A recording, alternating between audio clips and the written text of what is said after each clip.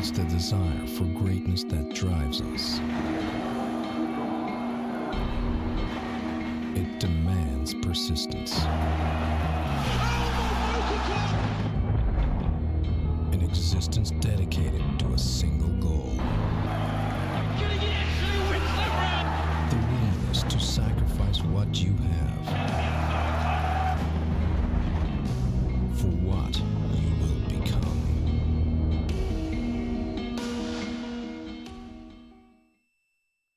All right, everybody, welcome to ESL King of the Hill NorCal versus SoCal event, coming to you live from the Burbank studios here in Southern California. I'm James Chen. Hey, I'm Ultra David. I got to tell you, I'm really excited for this. This is a rivalry that has gone since the beginning of fighting games, which is really the beginning of esports, and that's a 25-year journey. Yes, it's almost been a quarter century now. And I mean, look, this rivalry is super important to me here, this NorCal versus SoCal rivalry. It's been one of the crux of the fighting game community here in California, and I really honestly believe it's one of the main reasons why California has been so strong in Street Fighter.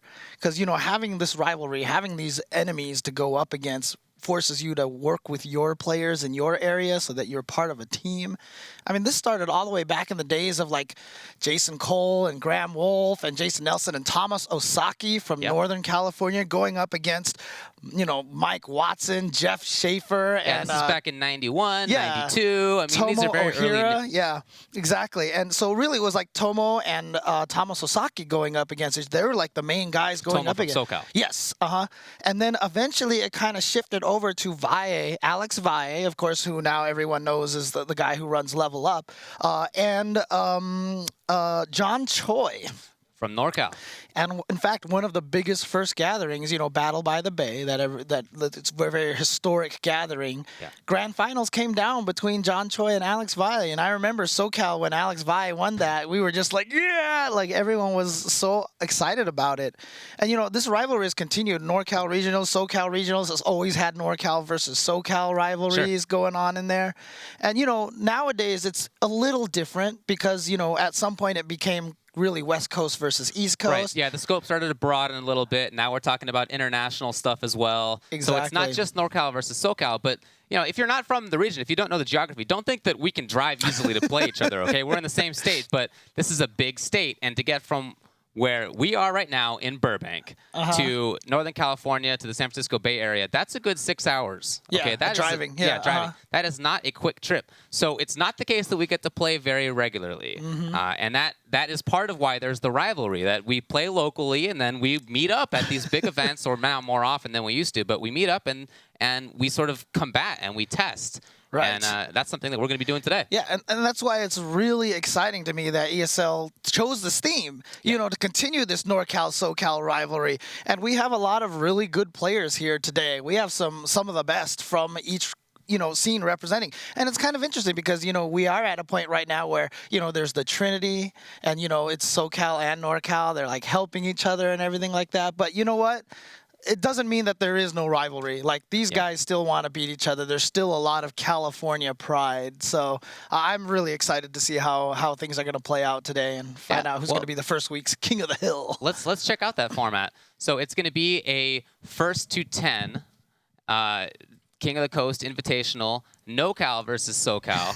That's what I'm going to be going with until or unless somebody from Northern California wins. NoCal versus SoCal. And then whoever wins today is going to return next week. And we're going to bring on 2 more players, one from SoCal, one from NoCal, and they will play it out. And we'll see who maintains the title or if we get somebody new instead. That's right. And this week is a little bit different because we don't have a returning champion. So we're actually going to start out with 2 Southern California players and 2 Northern California players. They'll play each other, and then the NorCal and SoCal winners of those matches will play each other and determine who will be the first week's King of the Hill. That's right. So? That's right. So like I said, it's going to be a first to 10. That means that it could go long. It could go short, up to 19 games potentially. And, you know, given who we have here, we'll talk about the players in just a little bit. That's a strong possibility. Every character's allowed, of course. Beach stage is banned. That's pretty typical for tournament play. Same thing with training stage being banned. Of course, the loser has the option to change the character. It's Yeah. not going to be character locked, Right. but the winner is obligated to stick with the same character that they won with. course, Again, yeah. pretty typical tournament rules. All right, well, let's talk a little bit about the players that we have here. So you can see right now, 2 of the players on the left side over there from Northern California. One, circa LPN on the top row, a strong player. He's been very, very threatening since Street Fighter 4. And, you know, really is kind of a character, a variety. I don't want to call him a character specialist because Nope. it sounds like he only uses one character, Yeah, but he's it's always opposite been of that. known for playing a lot of different characters. And then also Julio Fuentes, also from NorCal, just recently signed to Team Echo Fox, and a very strong Ken player, previously a very strong Yun player That's in right. Street Fighter 4. But again, just been performing very, very well and consistently for this Capcom Pro Tour year. Yeah, and Commander Jesse for Southern California, the Dalsum player. In SF4, he was very strong too. Dalsum towards the end, played Sakura before that. There was some Chun in there. But he has been going hard on Sim throughout SF5 so far, Yeah. since the game has come out, and he's become one of the strongest players doing so. And thanks to his performance at Brooklyn Beatdown, kind of going a little Hollywood these days. Yeah, getting out to more places. That's really nice to see.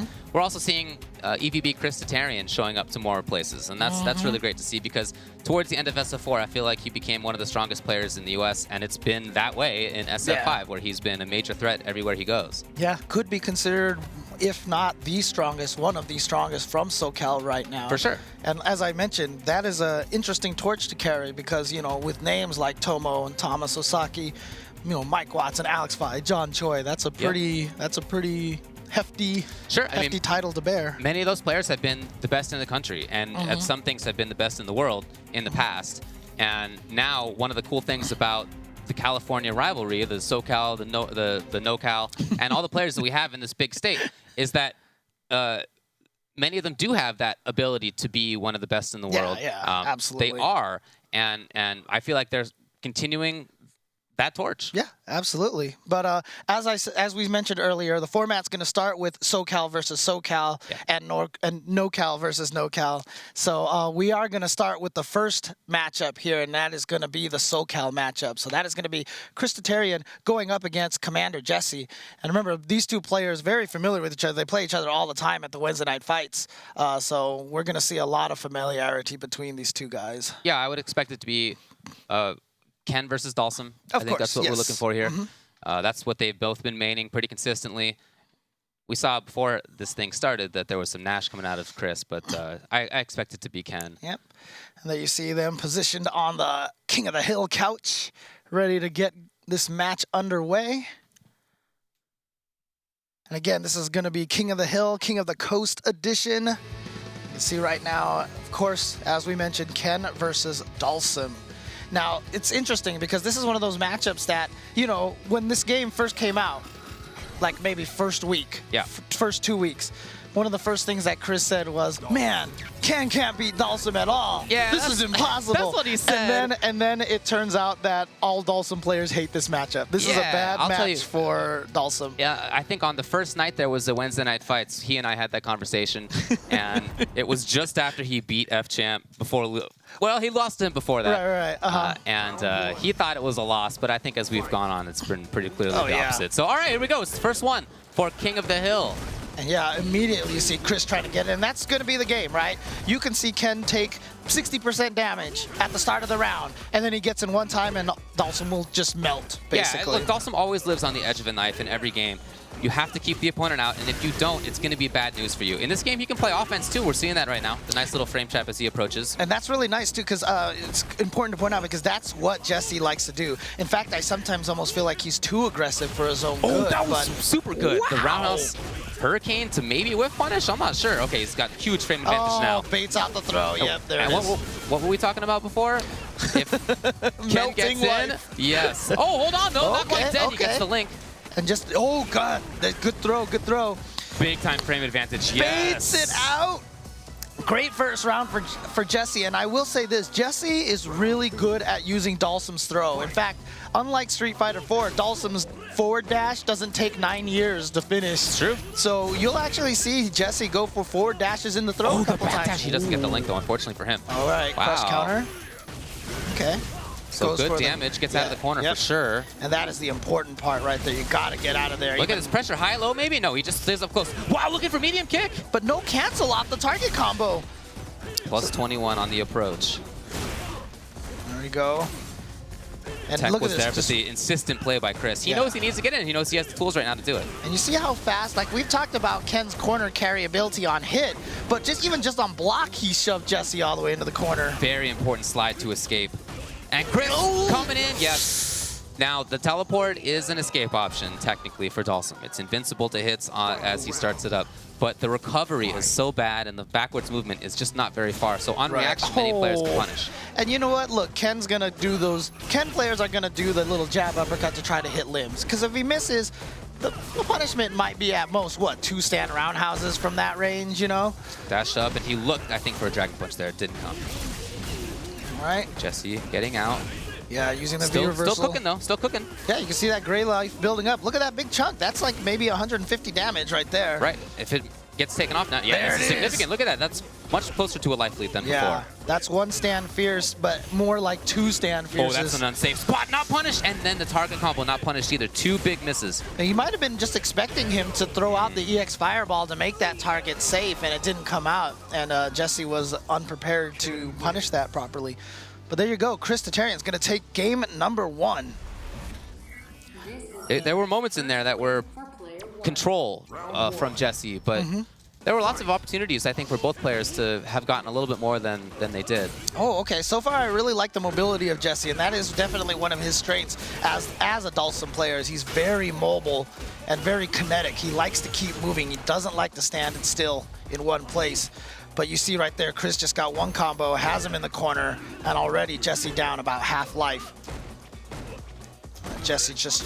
So basically what Dalsum is trying to do, yes, there it was right there, slid under the jump.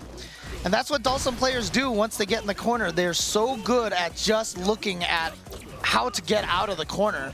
That's like mission number 1 for Dalsum players. Yeah, I love that. That's almost a whiff punish to come in there after that stand strong.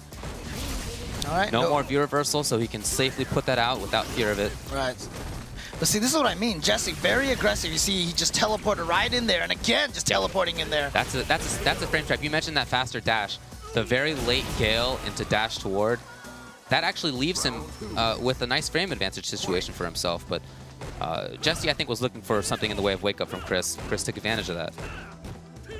Very buttonsy from Chris right now. He's seen those mediums work out a couple of times, although Jesse has poked between medium and roundhouse and gotten the counter hit combo. Yeah, it's pretty risky for Jesse to keep hitting those standing medium kicks. Like I said, it's very likely that Chris may just go for a uppercut in between. It's something you just have to live with as a Dalsum player. You have to pick those moments. If you're not going to zone with a button, then you're going to lose for sure. You might lose if you zone with a button and you get hit, but if you don't do it, you're definitely dead. Right. You have this oh is yeah, big news. damage. He's going to use the EX? No, he just goes for the setup, and he gets it. Beautiful stuff. Chris, seeing that fireball, thinking, that's not going to land on me. I'm close enough to be able to get under there. So you get a little aggressive. He slides you right into it. That's the setup. Beautiful. Yeah, that's one of the things that makes this match so tough, is that Ken V skill. It's just like designed to be anti-Dalsum. Yeah, the run, the EX dive kick, he has some really strong tools for sure. V-trigger moves him very far forward advantagely. Oh, fierce! And great jump by Chris. Perfect timing on that jump, keeps himself safe. Finds an opportunity, no combo out of it. He's looking for those confirms. All right, so from the front. Yeah, thought he was going to get out of the corner, so that's the trick. And try to wait. You see him do the delayed meaty jab. Wow, what a throw. I wonder what that was from Chris, too. Did he think that was going to cross up? Was he looking for Tatsu? Oh, no, he just gets in on the jump medium kick. Good jump timing from Chris, and he's going to take game number 2. And you can see here, I mean, like, Jesse's putting up a really good fight. He's taken it. They've both been 2-1 in terms of rounds. But, if you keep losing 2-1... Yeah, if you win a third of the rounds, you're going to get 10-0'd. Right. Okay, trying to stop the run. Gets him, confirming to the flame. Oh, interesting choice. Yeah, and then see, and that's the thing. Like, it's kind of like how you were saying, throwing out that standing medium kicks. Like, Jesse is very aggressive. He likes to teleport in. Oh, man. Goes for the stun and the reset right there. The one to keep him closer, not the one from farther away with the stand roundhouse. And now, yeah, you see Yeah. Chris was looking for it. That was a Hail Mary attempt. And those teleport ins from Jesse, a lot of times they're not safe. They're risks. But if he doesn't do it, then Ken is just going to be able to keep walking in and not have to think about it. Such good movement forward from Chris right there. Crush counter is going to get the juggle, yep. Now stuck in the corner again. How does Jesse get out of there? And you He can found see it. Oh! Right through, though.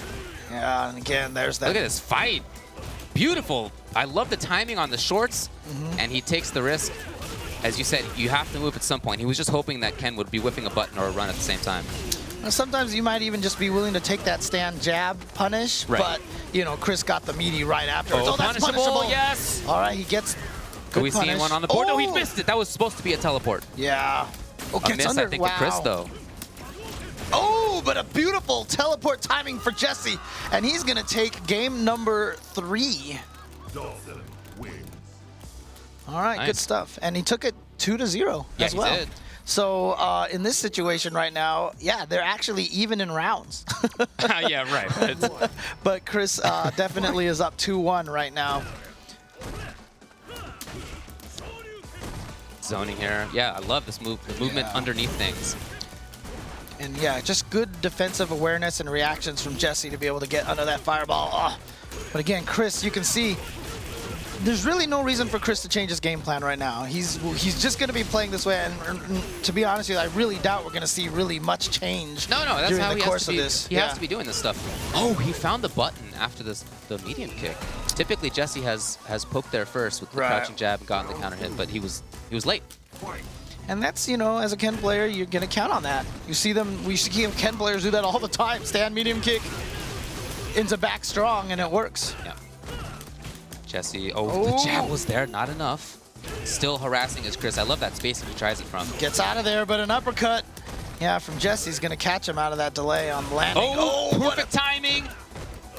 Into pressure from the front. Jesse on the back foot. Oh, got him on the forward dash and cooking.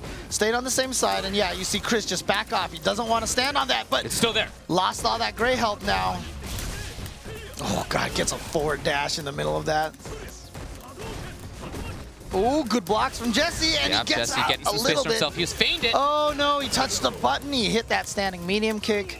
Every button from Dalsum is basically just opening yourself up to get jumped in like that, and that's why the Dalsum life is a hard one. It is a hard one.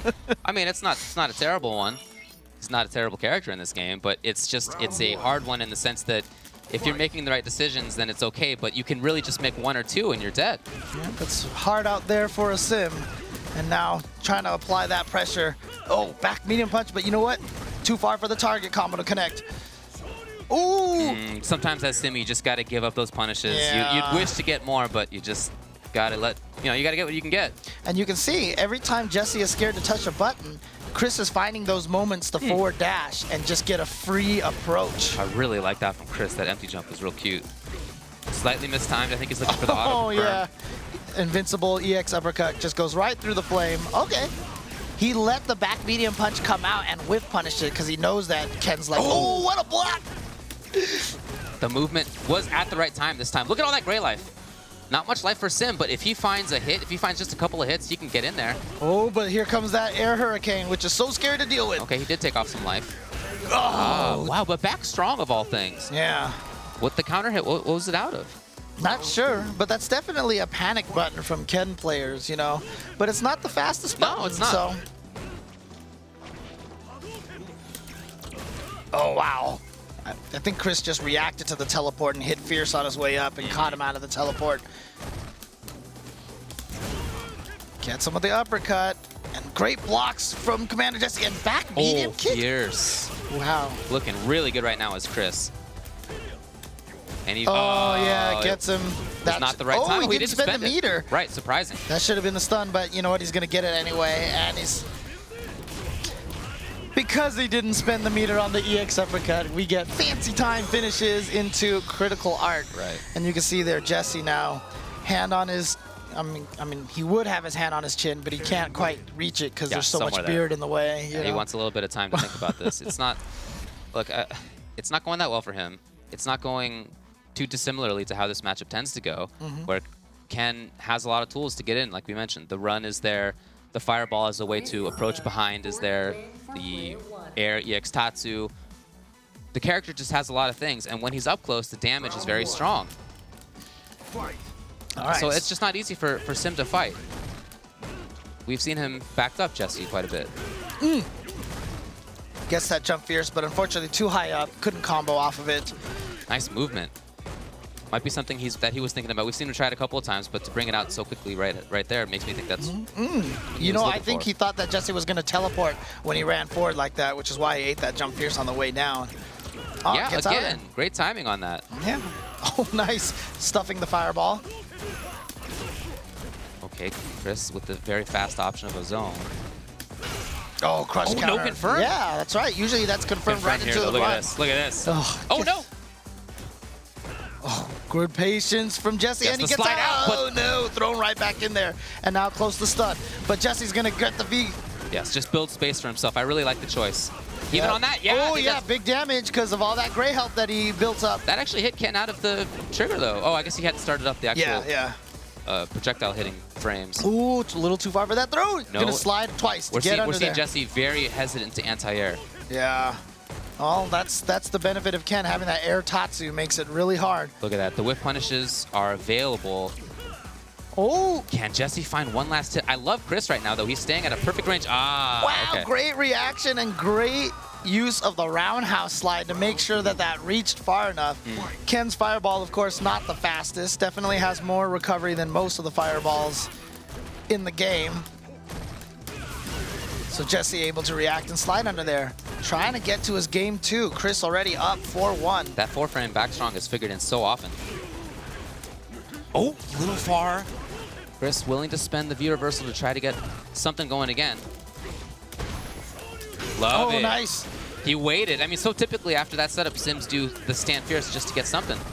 No crush counter on that. Oh, he just tried to finish him off, but that wasn't going to be enough on the trade. There it is. Movement back. Yeah, with the stand light kick. All right, so Commander Jesse now closing the gap a little bit. It's 4-2. Again, whoever wins this will represent SoCal, and then after this we'll have the NorCal versus NorCal players fighting each other. Right. And the winner of that will go up against the winner of this. Love that run timing. That was so good in between those buttons. But man, Jesse is so good at finding that teleport right Oh, when... bad news. Yeah, it's probably supposed to have been backwards teleport. Chris taking advantage of it well. Oh, okay, he's going to be able to get the double crouch fierce combo. Yep, there you go. Yeah. Oh, look at the mix-ups are working right now. No.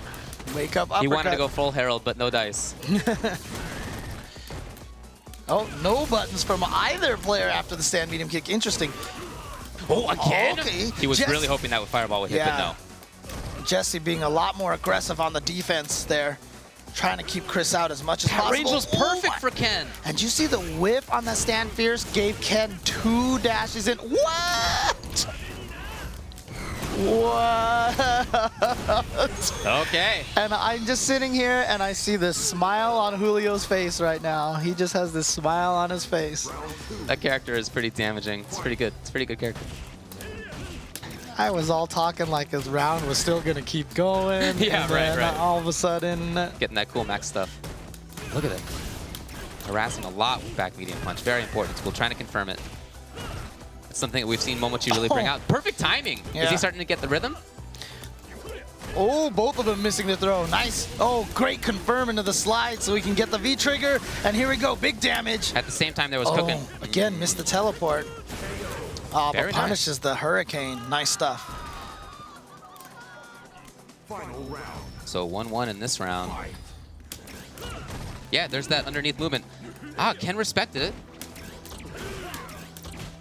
And the stand jab, love the movement, and immediately it confirmed right into super. He's going to spend it at the start of this round. Has the ability to build it back by the time this one's over. Now, view reversal. Oh, he got the bait! Yeah. Already down to only about 33% life now, just about 25%. Oh, he's going to get the hit. So he's going to be able to get the V-trigger out. Commander Jesse's still sitting on a full meter, so any hit could potentially confirm into the critical art. Question is, how does Commander Jesse make this comeback work? Yeah, Chris has a character with mix-ups, but he needs so much work first. Yeah, Chris was playing. Beautiful timing. Chris was playing it right. He just backed off and said, "You know what? I'm gonna let Commander Jesse try to be a little overly aggressive. You know, let him get comfortable trying to get on some offense, and then all of a sudden I'll just turn it around on just 180 on a dime, and then all of a sudden go on offense." Right. So Chris trying to move forward, trying to bulldog is what we call this, walking forward and blocking. Okay. Again, oh, I a little love late.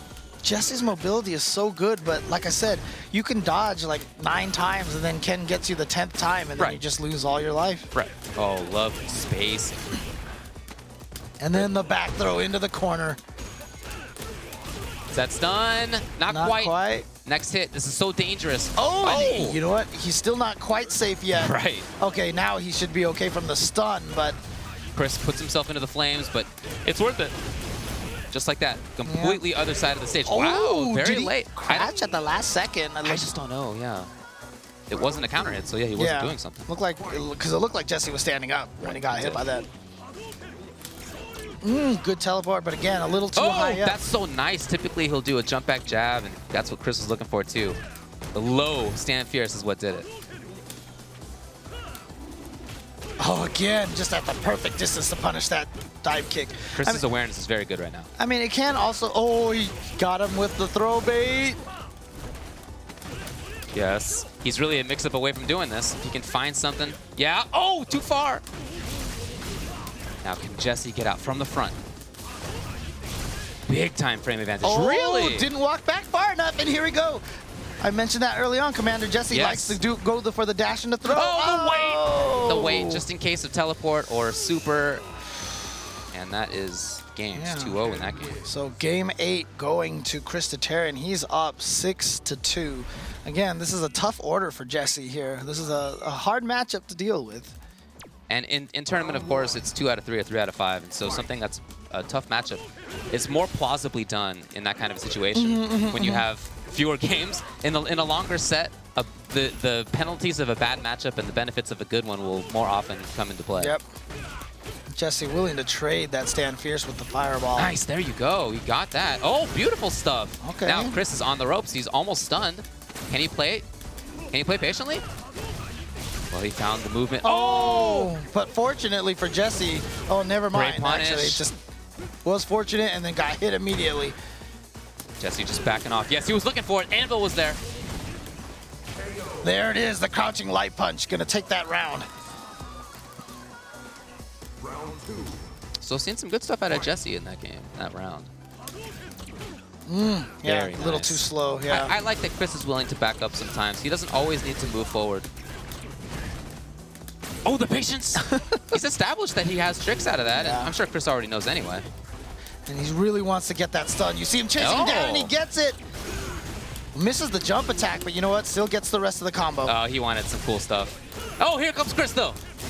All the way into the corner, and just like that, almost down to 50%. Yes, Chris had advantage there. Jesse knew it. Jesse finds the opportunity.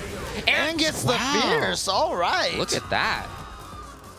All right, so there you go. At game 9, it is going to be 6-3 in favor of Christotarian.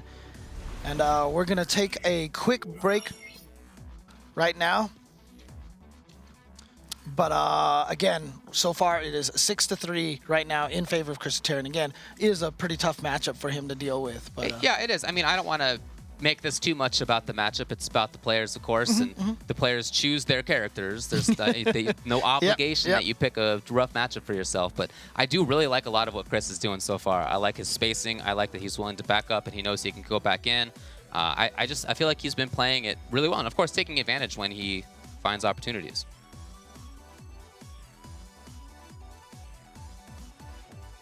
Yeah, looking really, really good so far. And it's tough for Jesse, of course, but I like some of what he's been doing. He's been trying to find pokes. He's been trying to turn the mix-ups on here and there. And it has worked to some degree. That mobility has worked to some degree, but not exactly as he needs it to. And so we're going to go down to James and talk with Jesse a little bit about what's been going on. Hey, I'm sitting here with, I'm standing here with Commander Jesse. Of course, this is going to be a very tough matchup for you. I mean, we've been talking about that a lot. What is your take on the Dalsum Ken matchup? I think it's a pretty intense matchup. I mean, I have to be very careful about what Ken does in terms of approaching and being able to open me up. So I know that any one hit can lead to huge damage, so I have to be very careful about picking my spots. All right, well, so far, you're down 3-6 right now, right? Do you feel like you're kind of where you expected to be after 9 games, or were you hoping to be a little bit closer right now? I mean, I was hoping to be closer than what I am right now. I'm hoping that maybe I can kind of make some adjustments going forward and then try to control the pace a little bit. And I feel like if I can do that, I can probably bring myself back into the game. So you won this last game coming into this just now. So do you feel like there was any significant adjustments that you made, or is there anything that you're keeping your eye on from that game? I just have to kind of be careful of when he has me in the corner and he starts kind of shimmying me a bit and then looking for that kind of opening. I feel like if I keep my eyes peeled for things like that, then it might be easier for me to keep him out.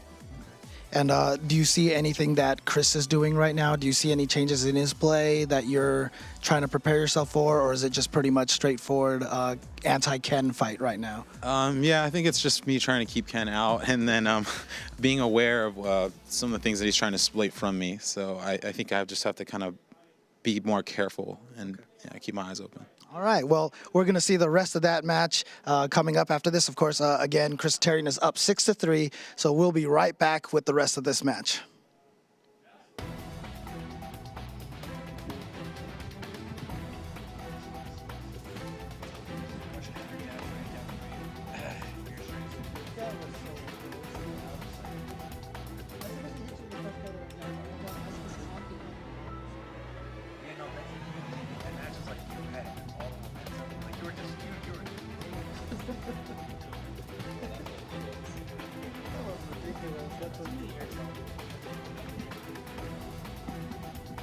But that, I mean, that's the thing. That's Jesse's style, though. Like, you like going in. Right.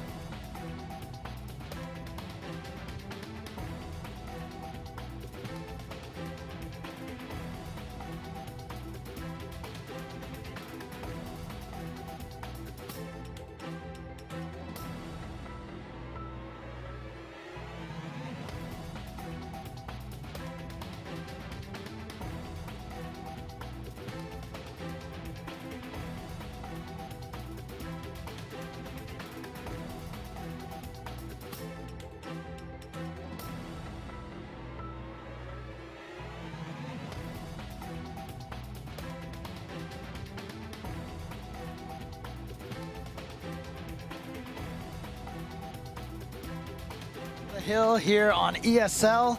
Thanks for tuning in. We are in the midst of the SoCal match. Yeah, so we had a little bit of a break there. The players got some time. They actually requested that. Yeah, the little break right there. And I think that's nice. You know, 9 games, we've already played, 6-3. And that, I think, is a pretty good time to take a little bit of a breather and think about things. Right. Think about what you can do better if you're Jesse, or if you're Chris. Kind of think about, you know, what you have been doing well, and you want to keep that up. But you also think, well, what are the potential counters that we could be seeing out of Jesse's play, and what am I going to do to get ready if that kind of stuff happens? Right. And, you know, in a longer set, you know that you could experiment a little bit early on, try to figure things out. You know, I mean, it was probably kind of a strange question to ask, like, oh, were you expecting to be down this low, or if you were hoping it was closer? It could be one of those things that, you know, he's just experimenting, trying to find out what Chris's rhythm is. So, yeah. So if that's the case, then, you know, maybe he's figured something out. Like I said, he won the last game coming into this. So, yeah. Yeah, he did. And, you know, 6-3, but so far 3 of those victories on Chris's side have been 2-1 rounds. Right. I mean, they haven't been blow-up rounds. Exactly. And actually, the 3 that Jesse has won have all been 2-0s, which is interesting. Yeah, So. yeah. So in terms of rounds, I don't want to slow this up too much, but in terms of rounds, it's pretty even. Yeah. Yeah. And again, Commander Jesse, you see on the screen right there, did really well at Brooklyn Beatdown. Was just a stacked tournament. Yeah, beating some of the best players in the world in doing so. Yeah, and got 7th place there. So see that little south symbol. All right, well, we're about ready to get back in, I believe. The players look like they're good to go. And we're going to hop back into this thing and see if there are any changes. Yep. Okay, here we go. All right, that's a trade that Jesse will take. Because if you trade and you get back to full screen, you know, you get this kind of a situation. Okay, really good stuff. Look at that orange bar underneath Ken. Starting to become an issue. Oof. Still an issue. That's rare that Dawson can keep that up from full screen like this. He can pressure and get it going, but not from full. And so Chris smartly backs off. Lovely jump time. Yeah, again, all it takes is that one jump in. Like I said, I like how Chris plays away and then looks for those moments. That's so good, and it's been very effective. Wow, the jump allows Jesse to move. Yeah, it's funny because like we've seen Jesse teleport behind Chris when Chris has jumped a couple of times. Perfect timing. Big damage even from far. And the low, he feigned it. Good. Maybe that's what Jesse was looking for before. Knows that's a trick. Okay, that knows Chris there's no brings out. V reversal available for him. He's going in and he gets him with that jump fierce. Yeah, that jump fierce hits in an arc around Dawson. It's not just that one point. But like I said, I mean, like Jesse's managed to teleport away from Ken when he's jumped a couple of times. But when he does that, you know, he escapes. That's his reward. Right. When he's touching a button and Chris jumps in, he loses 40% of his life and gets carried to the corner. So as just happened, in fact. Good timing. Good timing on the slide as well. From Stayed in the front, yeah. Always a mix-up between back or front. Oh, no buttons. Okay, here we go. Commander Jesse takes advantage. He wanted the EX. Yeah. I think he wanted the fireball, He wanted right? the fire. Yeah. Fire or teleport for sure, not that. Oh, I like that idea a lot from Chris to try to whiff punish something. Oh, he's in. No juggle. But you know what? It. He's going to get the EX. Is that enough? Not quite yet. Still a chance for Commander Jesse, but Chris getting in with that overhead. Again, I think that might have been what Jesse was looking for, that feigned overhead into low that he did block in the previous round. All right, trying to throw him right back into the corner. Great run timing. It's not something that he's been overly nuts about, and that allows the runs to get set up. All right, from the front like again, I said, that's just the 50-50. You have to... Oh, he backtacked. Was dangerous against Sim. Lovely stuff. All right, so good here, but you know what? Not out of the waters yet. Not Remember, by towards the start. any stretch. The hit is there. Chris into the corner now. He is a hit away from doing this. Oh, EX right through the fireball. Tried to get out. Oh, and then the throw, and like I said, just never safe for Dalsum. Dalsum never wins until he actually wins. Right there, Chris just getting right back in there, draining all that life in one good momentum sequence there. I did like a lot of what Jesse did in that game, though. I thought that was well played for the most part from him. Yeah, it's just those law of averages, right? You can do all these great things with Dalsum to drain 10, 15% life. Yeah. And then Ken does, every time he does something great, he gets 25 to 40% life. Really good stuff from Chris right there. Jesse ended up taking advantage, but I love the traps he's looking for. Gets away, but like I said, you really just can't do that. It doesn't require an option select to deal with. You can just see it and move forward as the Ken player. Oh, he stood up and got hit by the slide. And then Jesse, I think, wasn't ready to react to it, so he didn't combo off of that fireball. Oh, nice. Beautiful.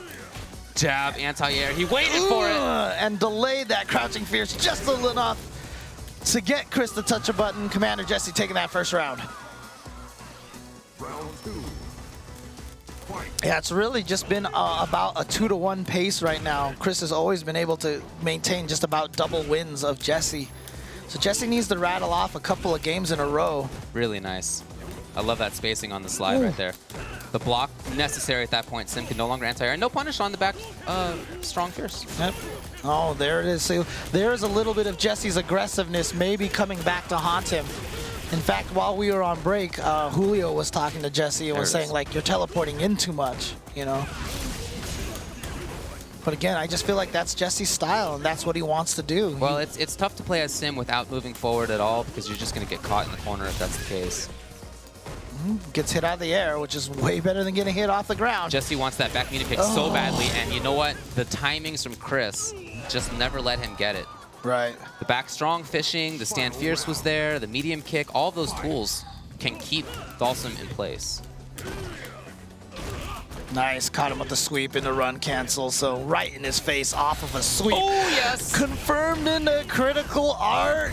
Just going to start this round. Look at this, 85 seconds and Dalsum already down over 50%. Yeah, rather than the fierce. That's so good. He has been mixing up that up-close pressure very well. EX used. And very nice call out, but then he tried to take the risk and it just didn't pay off. And now anything's gonna do it. Oh? Can he fight? Just playing patiently, and it's so smart. This game plan for him is so smart. Oh, no! I think that was supposed to be a flame, maybe, or I don't know, because I mean, obviously super, they're completely different directions around the controllers, so. But EX did you see, maybe, hard to know. But you saw that, right? So Commander Jesse did standing medium kick 4 times and pushed Ken about 2/3 of the screen away, and Ken did 1 V skill, and he was right back in. Yeah, well, that's right game. next to him. Nice reactions.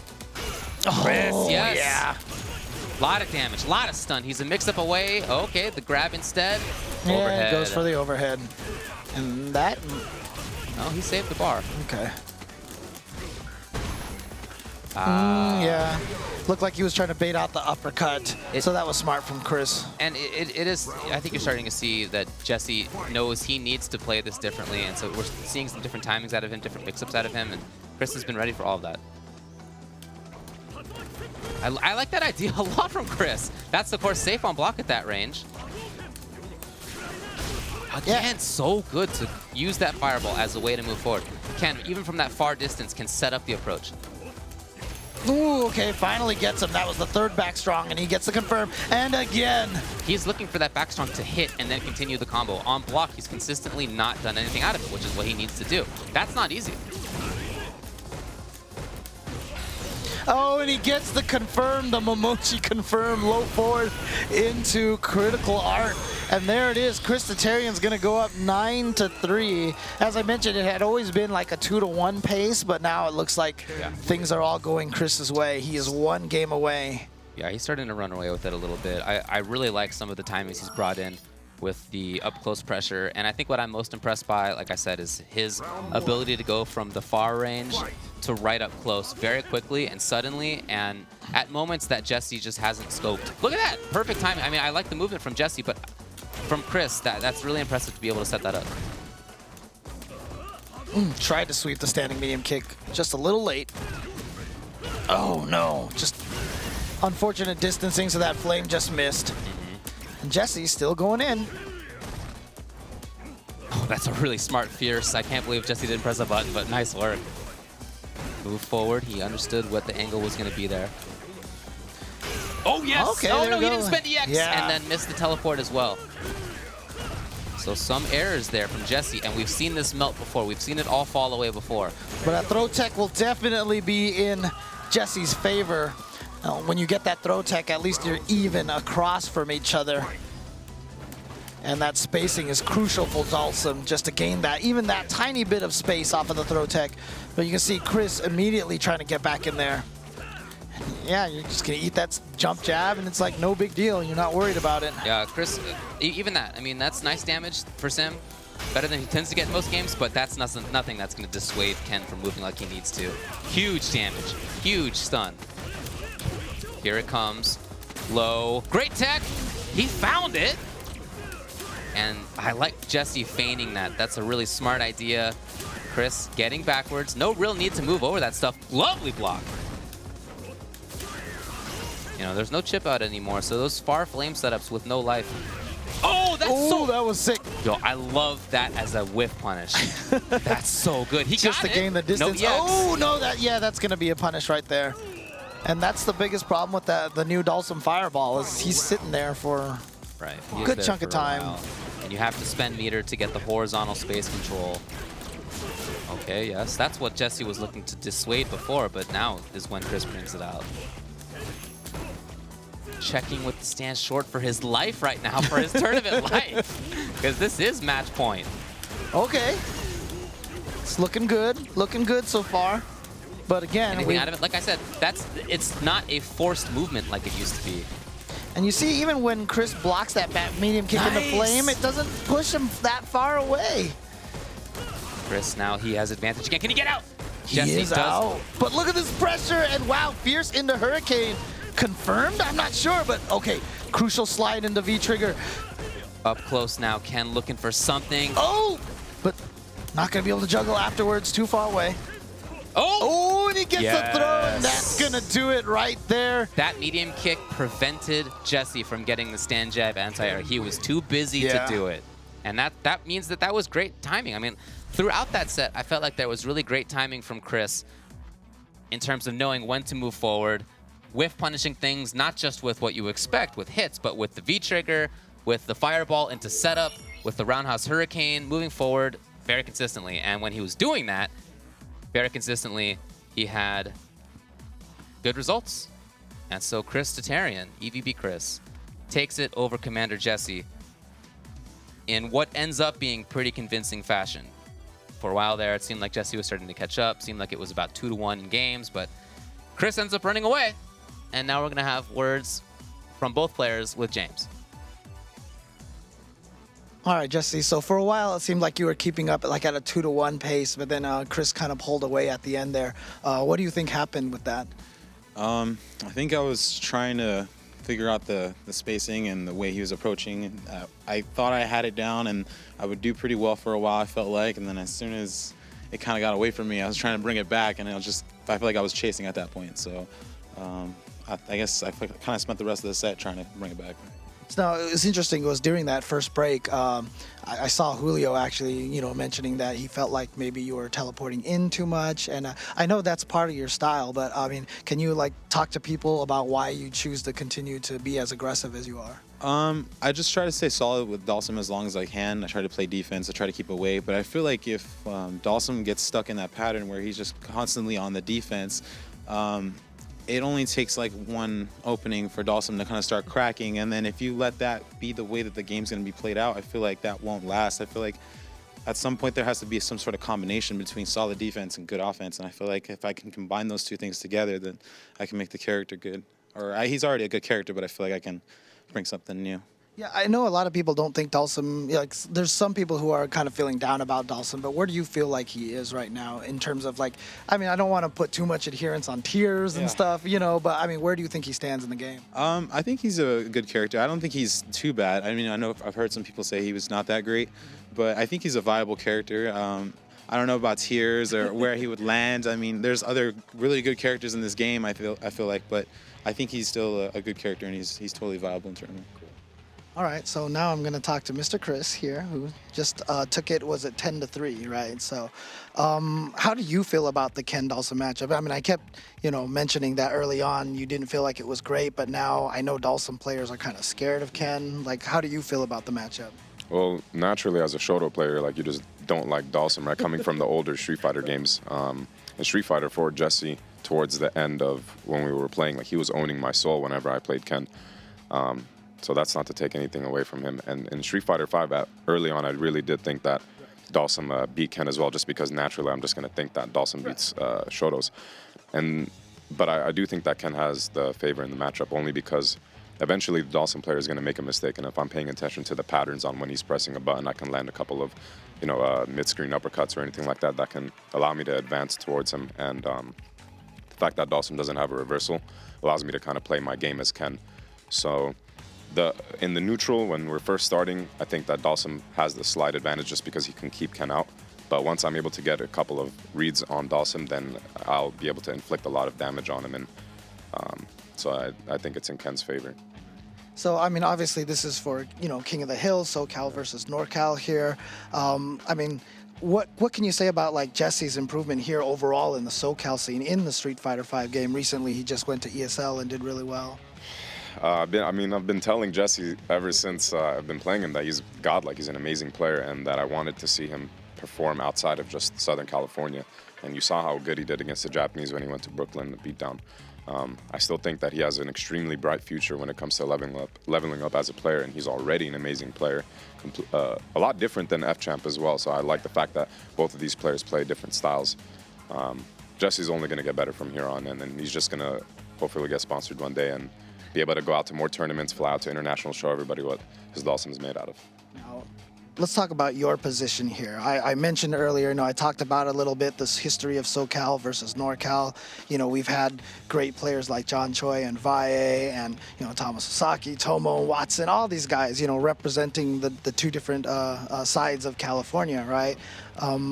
I think I've mentioned to you personally before that I feel like you're kind of one of the best in SoCal. You have an opportunity to represent and maybe carry forth that tradition of having like the strong players. So how much pride do you take in being able to be like one of the top SoCal representatives right now? I mean, I'm very honored, but it's not just myself in SoCal that helps me like get to where I'm at. Playing against Jesse, Anton, Brent, all these people help me get to where I'm at. You know what I mean? And I'm not where I'm at because I'm playing against bad players. I just have the advantage. I just pull it out somehow. You know what I mean? There's a lot of pressure as well whenever it comes to like defending home turf or anything like that. So, I mean, it's very humbling. So. And just in your opinion, what is it about the SoCal scene that makes it so? Like, what is your favorite thing about the SoCal scene? We love to rush down. So, I mean, I don't want to just play, 99 seconds all day. Eventually, I want to get in. And even Jesse, he's from SoCal. He's playing Dawson, and he wants to get in as well. So we have that intuition to want to get in. All right, well, great job to both of these players. We're going to take a break, but when we come back, we're going to move to the NorCal side of things. We are going to see Julio Fuentes going up against LPN, so stay tuned.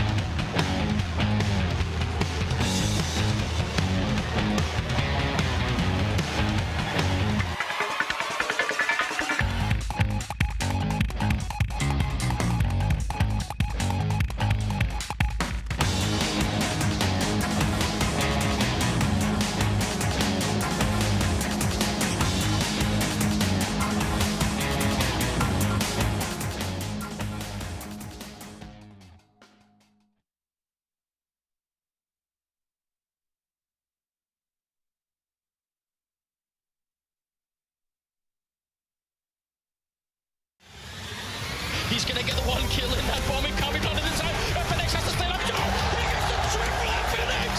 Oh my god, what a way to win that round. They don't have a smoke, so this ult is still. Oh, look at that.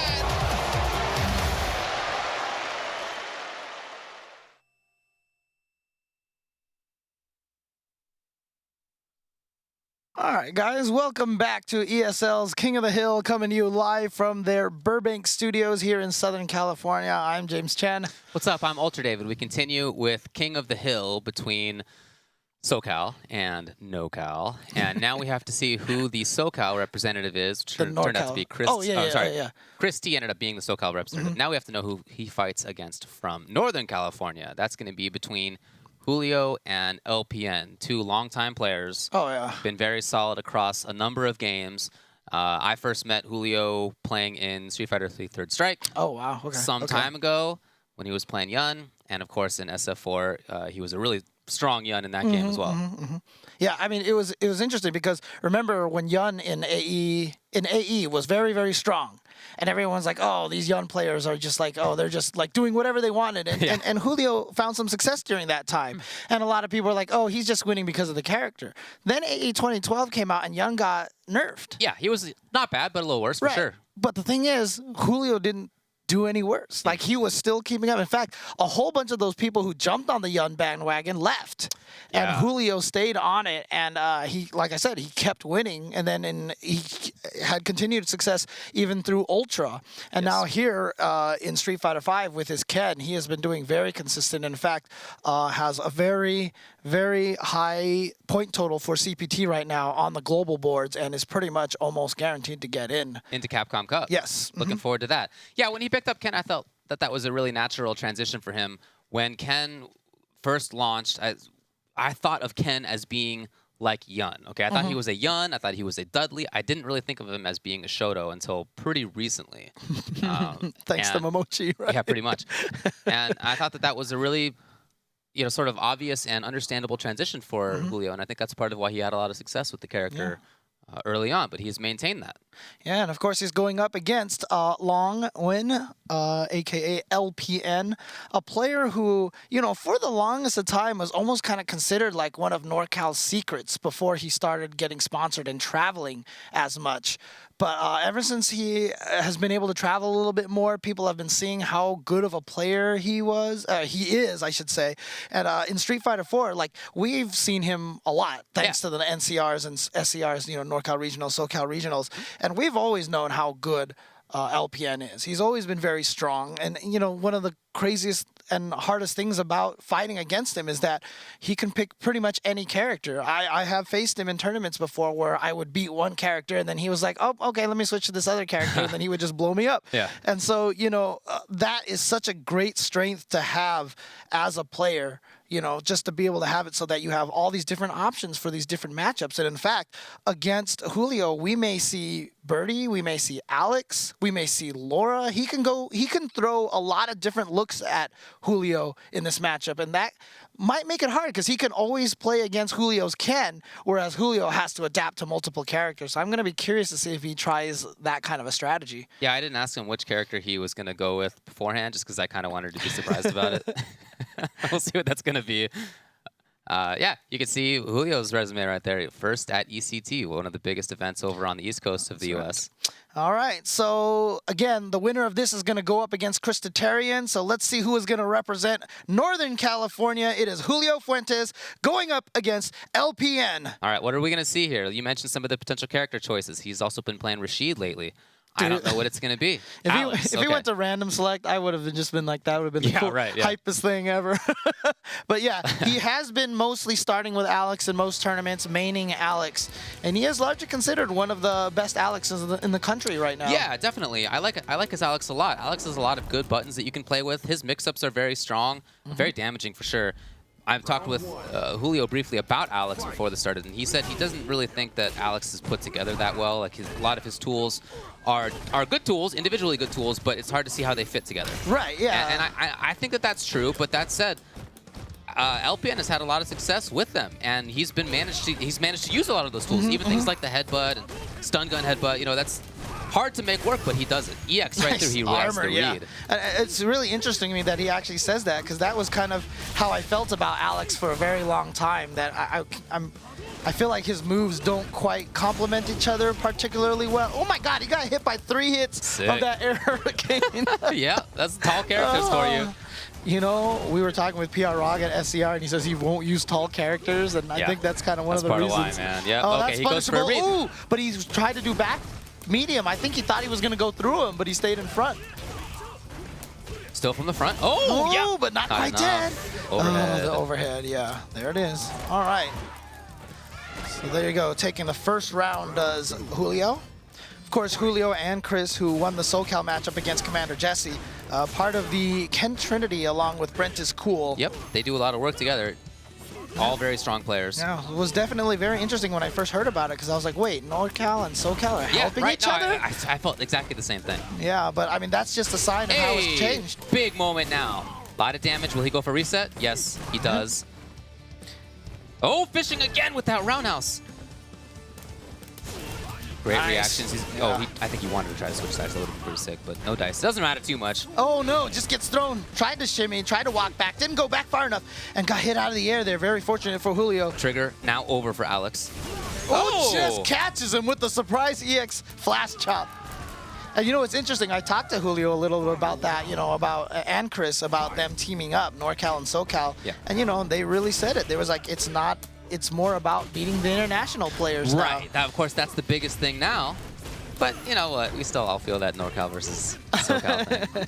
Oh yeah, for sure. It'll never go away. Nice movement. That timing was great. And now Julio into the corner, harassing Alex. Very poor wake up. Does not have good options. And he's been caught. Lovely backdash, nice expecting backdash. a grab. Ooh, wow. Dash. Oh, catches him. So he's going to be able to get a good combo off of this. Yes, just goes for the combo damage. The grab was there. He fishes for it. Oh, no! jump backwards, perfect, and that's going to do it. Such a big read, James. That was a huge read. And that's what it all went down to. That read was what led to Julio taking that game. That facial expression was great.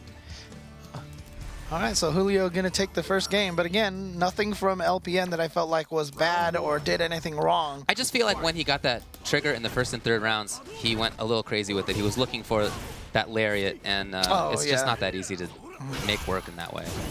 And you know, early on, a lot of people thought that, you know, Ken's footsies weren't very strong, his buttons were stubby.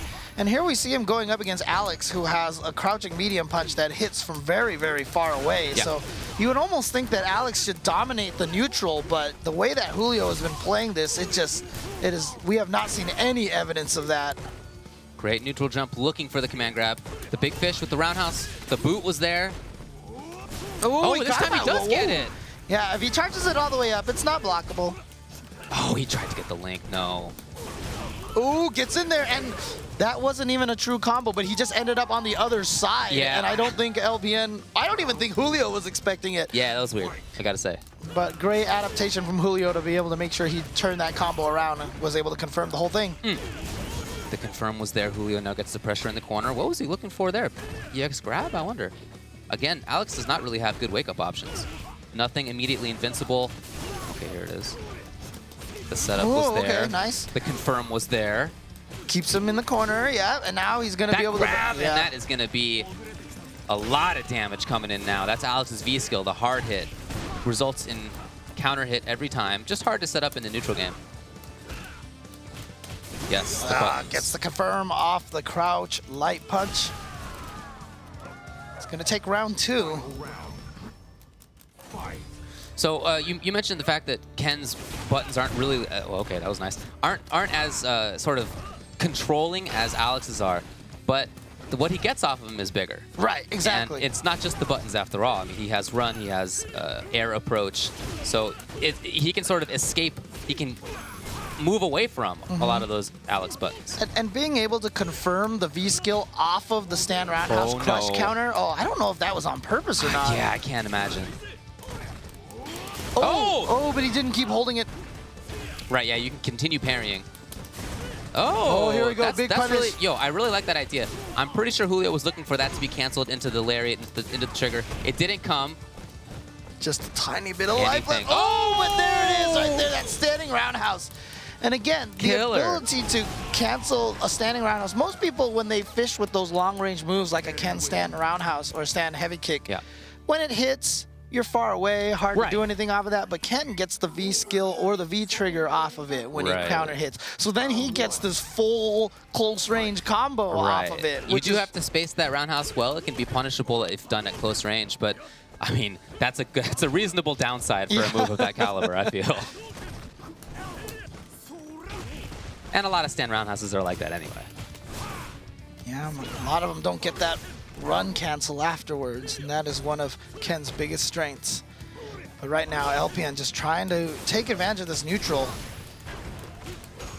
But wake up buttons from Julio. So important to know what buttons your opponent can get away with after what knockdowns. Julio knows. Julio had a smart range for himself. Oh, wow, air to air was there. Oh, no anti-airs from LPN. Oh, the damage. Hey. Oh, yeah. That's always a common strategy there. You get the opponent, you surprise them with the left-right mix-up, so at the last second they're like, oh, I'm going to block the right way. Right. And then you go for a throw. It's a very, very common mix-up situation. Then once they start figuring that out, then you just walk backwards, off for the throw bait, etc., etc. I agree with you that it has seemed like Julio's been able to get in from the air a lot. That's something that LPN has to look at. He did get the anti-air at the start of this round, so important to establish that. Ooh.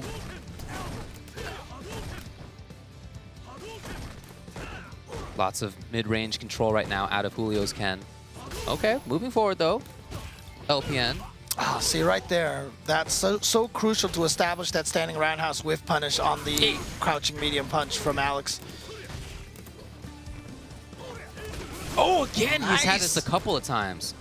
And Ken, oh, wow. What a call out on that run. He understood. He was looking for it with that neutral jump. Yeah, and what I really like was, you know, I just mentioned that Julio being able to whiff punish crouching medium punch with stand roundhouse was key.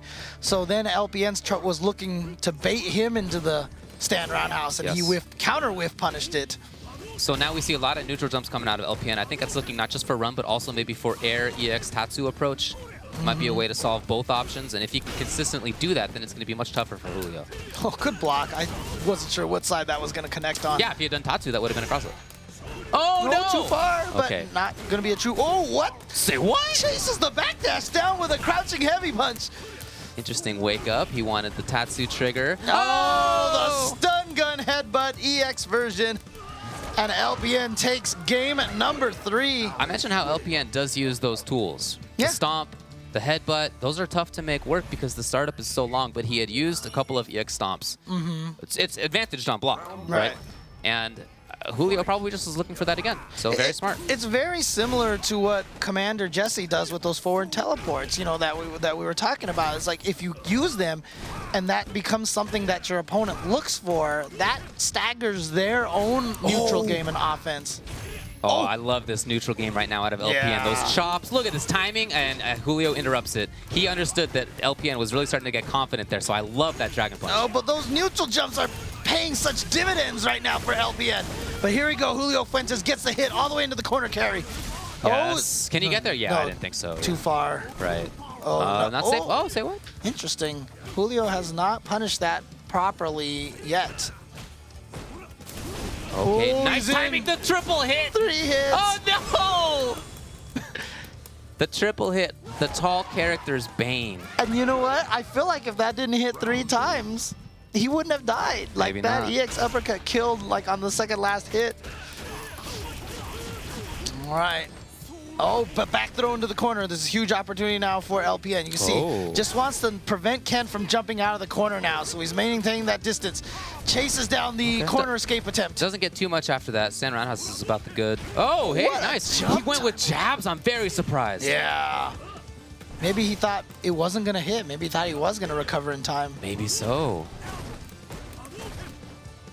LPN now a little bit more cautious with his buttons. Oh, the confirm! Julio with the very fast crouching fierce, and now he gets to do, yep, there's the cross up into button this time, but the block was there. LPN now trying to pressure. Yeah, He's a hit away from taking this round. Maybe Ken is too, though. Yeah, but he did corner himself a little bit. He had good positioning. Oh, here he comes, those 3 hits again. And that's what makes it scary too, because it also, that means it hits earlier too. Yeah. So you can walk into it much easier. Oh, again he comes out with it. Again. Who was expecting that on Wake Up? Definitely not Julio. Yeah, that's for sure. So LPN kind of sneaks one through there. Oh no, and a miss on that target combo from Julio. Just accidentally did stand medium kick directly into upper, well, linked it into uppercut, and that's not a true combo. Beautiful uppercut from Julio. Gets the sweep, wow. And now a challenge there, trying to use the V-versal to kill that momentum. Oh, beautiful. Very smart tool. Yeah, usually when someone cancels into a V-trigger, they have a lot of frame advantage, so it's momentum for them. That's why a lot of people use the V-reversal just to turn it from a disadvantaged situation to an even situation. Oh, that's cute. I like that setup a lot.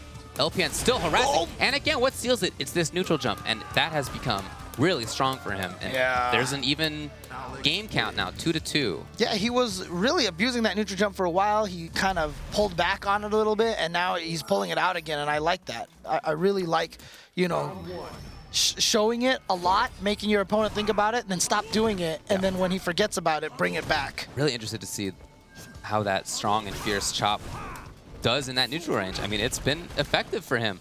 That keeps Alex busy for a long time. Oh, yes. He was too late. And Julio gets the combo. Back to this grounded game, this ground control. It's not always grounded, I shouldn't say that, but it is who can control that ground between them right now. That's what this is all about. Okay. Punish. And there he's showing the stomp again, you know, so Like that I said, though, sets up that's the a stun punish. gun. Yeah, uh-huh. Minus Ooh. 5 on those stomps. Uh-oh. Julio just dashed in, got himself Oh! thrown, and then there's a dash of command throw. Into, yes, that's advantage, and he knows it. Julio trying to get away. Were those two jumps? Crouching short, They then could have crouching medium been. kick? I don't know. He was just trying to simulate third strike target combos, you know? Right? Yeah. That never worked. The one frame target combo. Yeah, the worst target combo. It wasn't even, was it a true combo even if you did it? You know what? I don't even remember. Even though I played against Alex more than almost any other character, Yeah, I know. never saw that thing. Oh, whiff punish, but no confirm into the full target combo. Look at these buttons. I love this. Julio, maybe the counter to what LPN has been doing is getting more buttonsy himself. Okay, yeah, there it finally is. he has the proper punish. And now a neutral jump from Julio, and look at this pressure. Oh, but then gets caught. He went a little too aggressive with it, and wow, what a sweep. Oh, he tried to do something. I think that was the roundhouse starting up right there. I think he was looking for the big shot. Okay. And if that roundhouse had come out just a few frames earlier, it would have worked. He would have gotten the crush. It would have been the game. But instead, it's 1-1 in this round now. 2-2 in games. Nice. Catches him by surprise. You see how strong Alex's neutral game is? I really think that that's the big benefit of the character. Oh, yeah. Very good buttons in neutral. Not safe. Was looking for something. Ooh, got hit out of the air, so gonna be able to land and block. There comes the corner. Oh, backdash. Yes, oh, the confirm just was walked there. into it. No, really? But nothing from LPN. Yeah, drop combo. Okay, parries. Oh, got him out of the air again. Was worried about the unblockable. Oh, yep, you're right. If that trigger is held, it becomes unblockable. Yeah, and so if it's that's charged all the way. right, yeah. exactly. So that's what people are worried about. I mean, that's what LPN has been counting on for Julio to be worried about that, and so jump. And then when you're jumping, you get hit by the lariat on the way up, right? It's a mix-up. It's not the world's greatest mix-up, but it is a mix-up. I mean, it's the same thing as like Ryu charging his EX Fireball and Denjin, right? I mean, that's like kind of similar. Yeah, it's similar. I really feel like that's more legit. But Oh, yeah, for sure. All right, slash elbow. Oh, look at that distancing from LPN, just right outside the stand roundhouse range. I gotta say, I really love this neutral game from LPN. There it is. Okay. Getting through that grab. Yeah, honestly, right now, what I feel like is happening here is that LPN is doing a much better job just being unpredictable. He's really changed up his game a lot so that he's going to a bunch of different options. And you see 3 crowd towards heavy punches in a row, then goes for the EX stomp. Oh, and he had the right setup, but unfortunately Julio got hit by crouching light kick, so he couldn't, so he did the command throw too early. Yes. Wow. Well, he's seen a lot of buttons after that medium kick, so why not? Again, it works! All right. Oh! Yeah, oh, that was so good. I Crush love counter. that Fierce. That was genius. Yeah, and now he should be able to take this round just like that. That Fierce was so good. Of course, I mean, LPN could have parried it. That's Right, how if he had held it longer. the trigger is super weird, right? Like you can get Yeah. parries out of it. It becomes a lariat, yada yada. But I love the counter on the timing from Julio. Yeah, it took me a while before I figured out exactly what was happening with that trigger. Yeah, it's weird. Okay, he's still pressing buttons. They're important to see in between the medium and the roundhouse. Nice whiff punish with the EX Fireball. Unfortunately, not a knockdown, so Ken doesn't really get much Very good neutral pressure game off of it. by both players right now. They both have non-traditional neutral games, and, Yeah. and they're making them work. Okay, Oh, yes. too far. Oh, no! Got hit out of the air, so he's going to be able to get some good damage now. He was looking forward Looking for to buttons. something, Yeah. and Julio getting through corner. Oh, really? Okay. Oh, the hardest of that reads. was- The hardest of reads but he again. held it. He let go too early. He let go too early, and yeah, you can see LPN's a little frustrated with himself. Yeah. Well, part of the problem with how that lariat works too is that you can't really punish things that are like dragon punches that are right up close. I mean, you see him scoot right through the dragon punch afterward. You know, that's not ideal. So 3-3.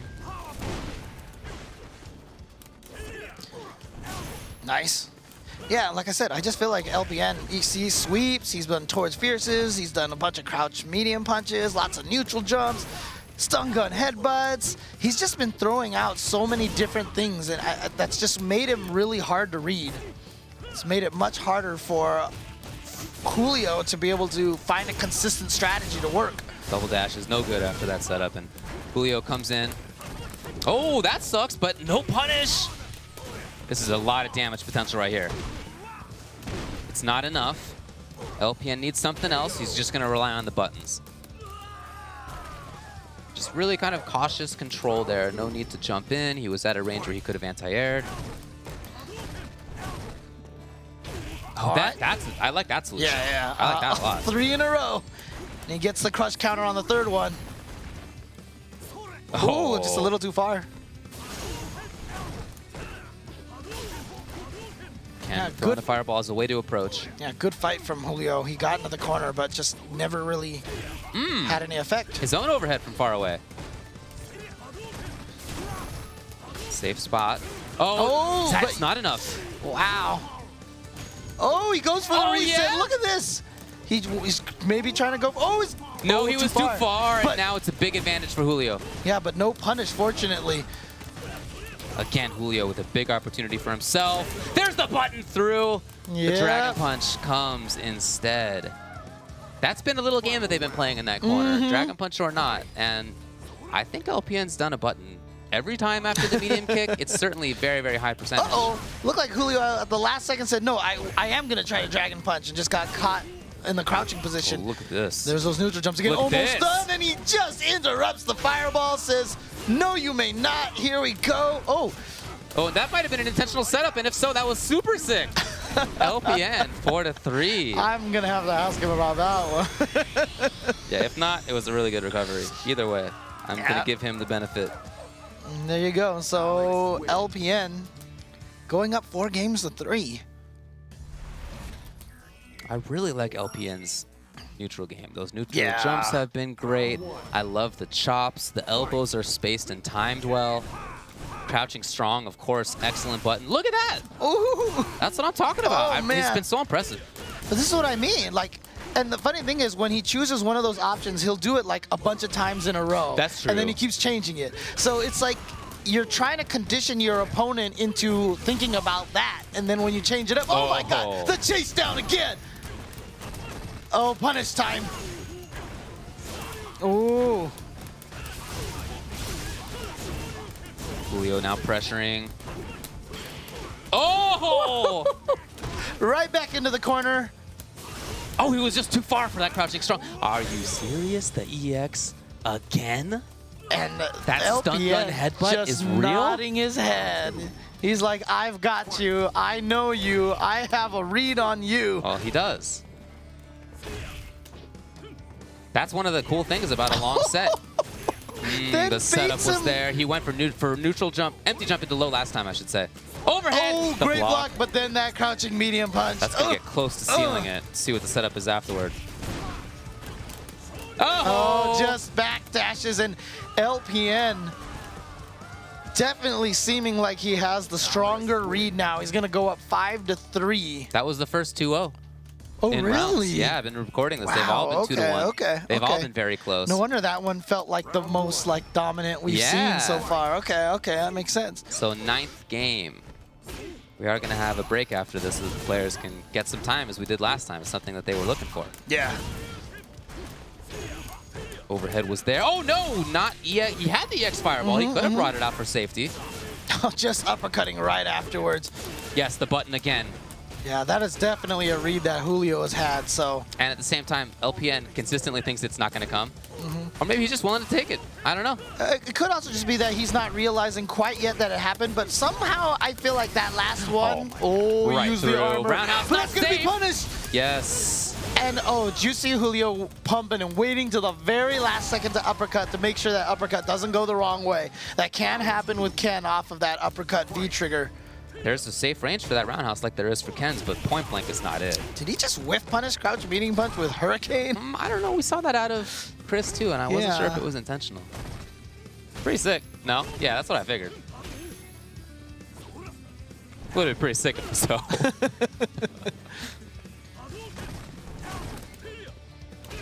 Oh, opportunity.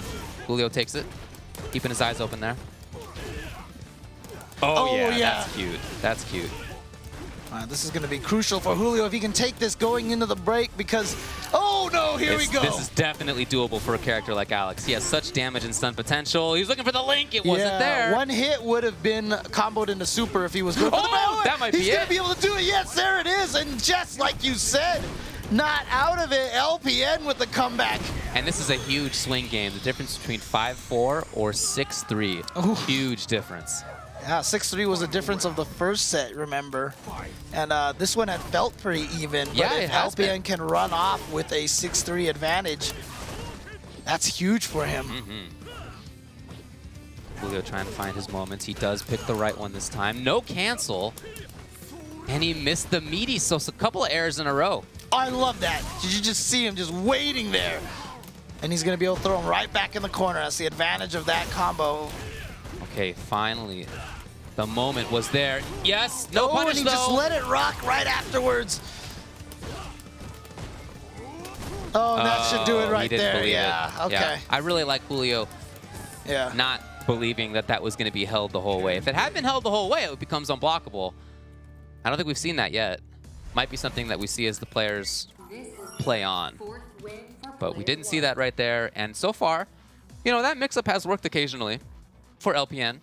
But there are a lot of big mix-ups out of it that haven't worked out in his favor. Been punished a lot. Julio's jumped back well. I love his stand fierce to crush it at one point. I love how he dealt with it right there. And you know what? That looked good for him. So he's not going to go into this break 6-3. He's going to go into it 5-4. Like I said, that is a really, really big moment. And we're going to get James to talk with Julio about how it's going so far. Hey, I felt like that was a pretty crucial win there, getting there going into the break at 5-4 instead of being down 6-3. I mean, were you expecting LPN to go with Alex, or were you maybe thinking like Birdie or another character? He usually plays Birdie against me, but I've been doing really good against this Birdie in the past few tournaments, so it makes sense that he's going to play Alex against me.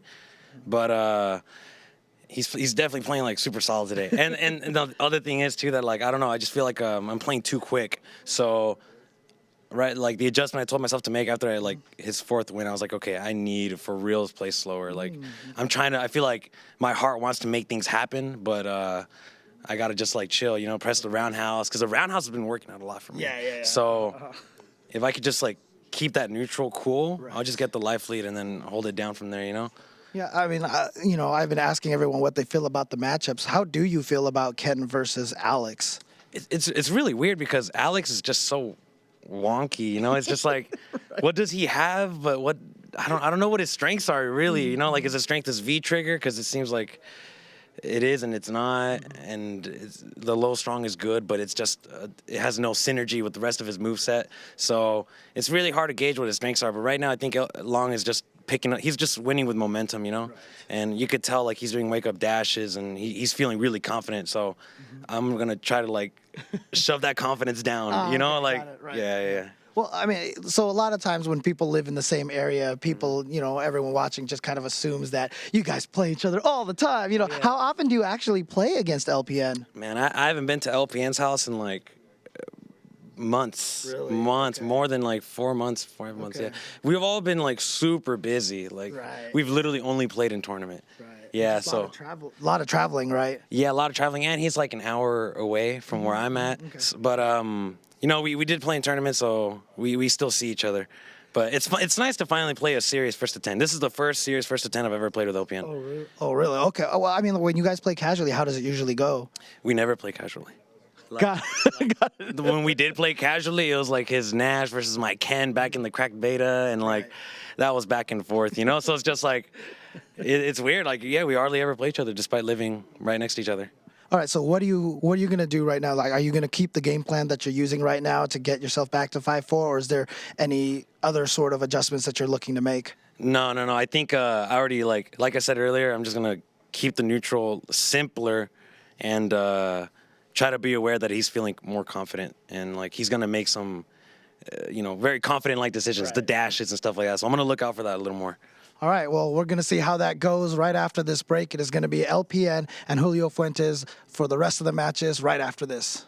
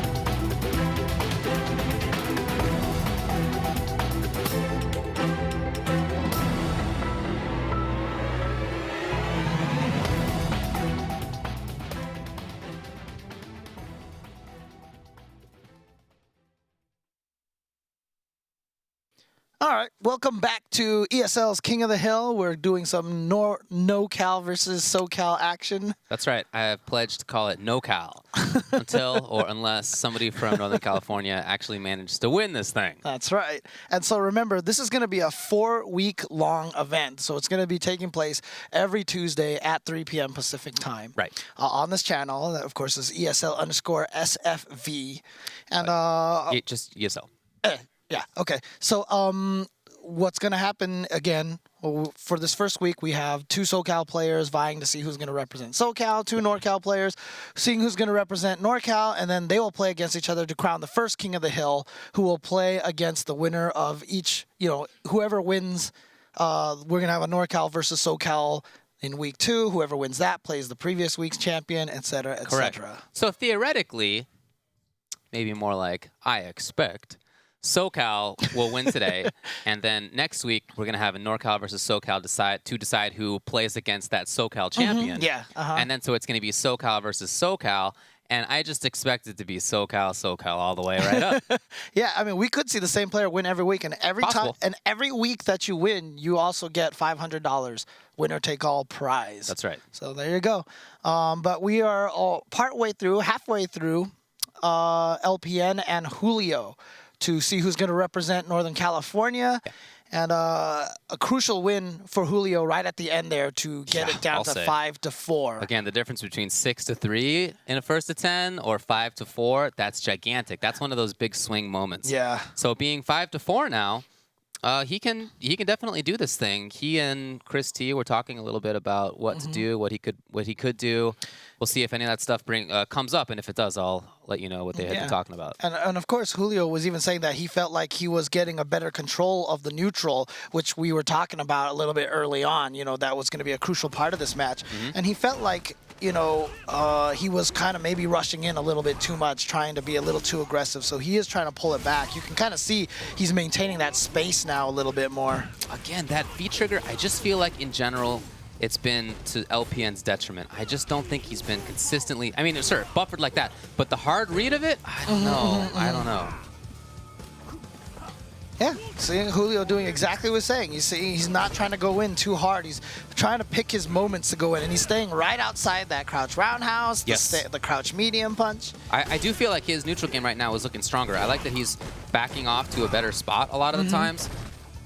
Okay, harassing now. This is a great spot. That fireball range is perfect because that's really tough to react to at that spot. That's beautiful. I mean, that round right there was exactly what Julio was talking about right before we went to break. So it's great to see it implemented like that and showing exactly, you know, what kind of a difference it made. Yeah, he was saying, and we were saying too that LPN was being very aggressive, and Julio described it as LPN being very confident, doing his confident stuff. Right. So now buffering around. Oh, he finds hard hit in neutral game. Very rare. No! Ooh, he tried to juggle, but he missed it, so it's going to take a big chunk of damage. That could have been bigger. That could have been bigger. Yeah. So another chance. Here we go. All right. And he goes for the reset because it's worked almost every time. Oh, but here we go, uppercut. And unfortunately, couldn't get to the other side, so it's going to be middle screen. Oh, no. Wow, but he's going to escape. Not punished. Might have been tough. Again. Wow. That is unexpected from Julio because, like I said, he was trying to play more careful. Now, oh, wow. That only hit once. I gotta tell you, the difference between that round and the previous one, I felt was huge. Yeah, in Julio's play. I was just about to say, yeah, the first round it was exemplary of what he was talking about. And then all of a sudden, the second round, he just kind of went crazy. And even right now, I mean, even though he got the hit, okay, well, bad news right now, but it seemed like he was playing definitely differently, much more insistent, and I don't think that's working out for him at the moment. Well, that's going to probably be it right there because he's going to go right into critical art. Critical art, of course, only scales at a minimum of 50%, so for sure going to kill. First round, I loved the spacing from Julio. I loved that he didn't seem like he needed to move forward. There was a lot of counter poking.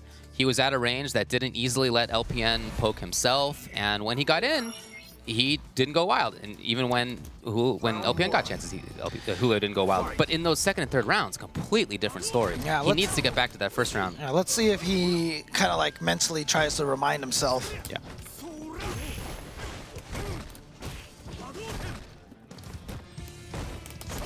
Yeah, we saw that a few times before the break, and I think that's something that Julio, you know, is going to need to re-look at because sure it worked, but it's a big risk, and he's already taking a lot of other big risks.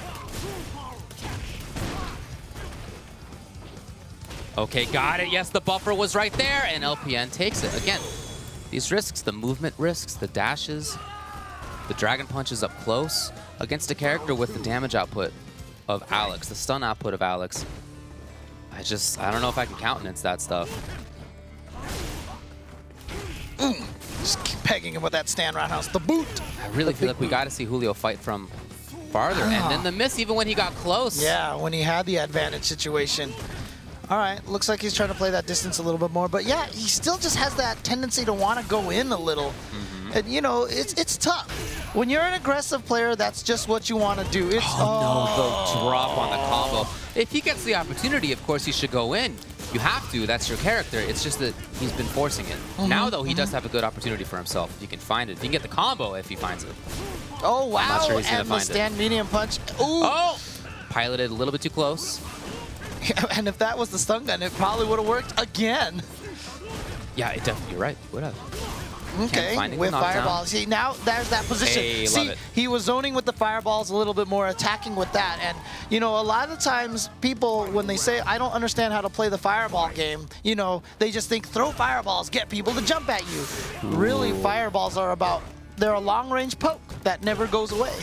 You know, and that's how you use them. Okay. You can see LPN starting to get a little bit button-z. That's second time in this round. Nice work from him. He saw it work before. Why not go to it again? Reset. Oh, can he get something? No. Instead, the little delay by Julio. Nice work. Now, LPN's going to have to fight from the corner. He has super. Oh, it worked. Super was there. My, and nice work. So he's not dropping his stuff. That's good for him. And Gets the LPN kill. is going to go up 7-4. We just talked about how great it was that he made the comeback right before the break to get to 4-5. So he wasn't down 3 games. And here he is, down 3 games, 7-4. LPN looking very strong. And it largely is coming by that, what Julio described as that confident play. He's just exacting his will on Julio. And it was only when Julio was playing that great neutral game that he was unable to do that. I was gonna say, I feel like the way that Julio plays right now is going into LPN's intended game plan. LPN wants to brawl, right? That's what he's looking for. He wants to get up close and make those big decisions. And that's been working for him. Oh, man.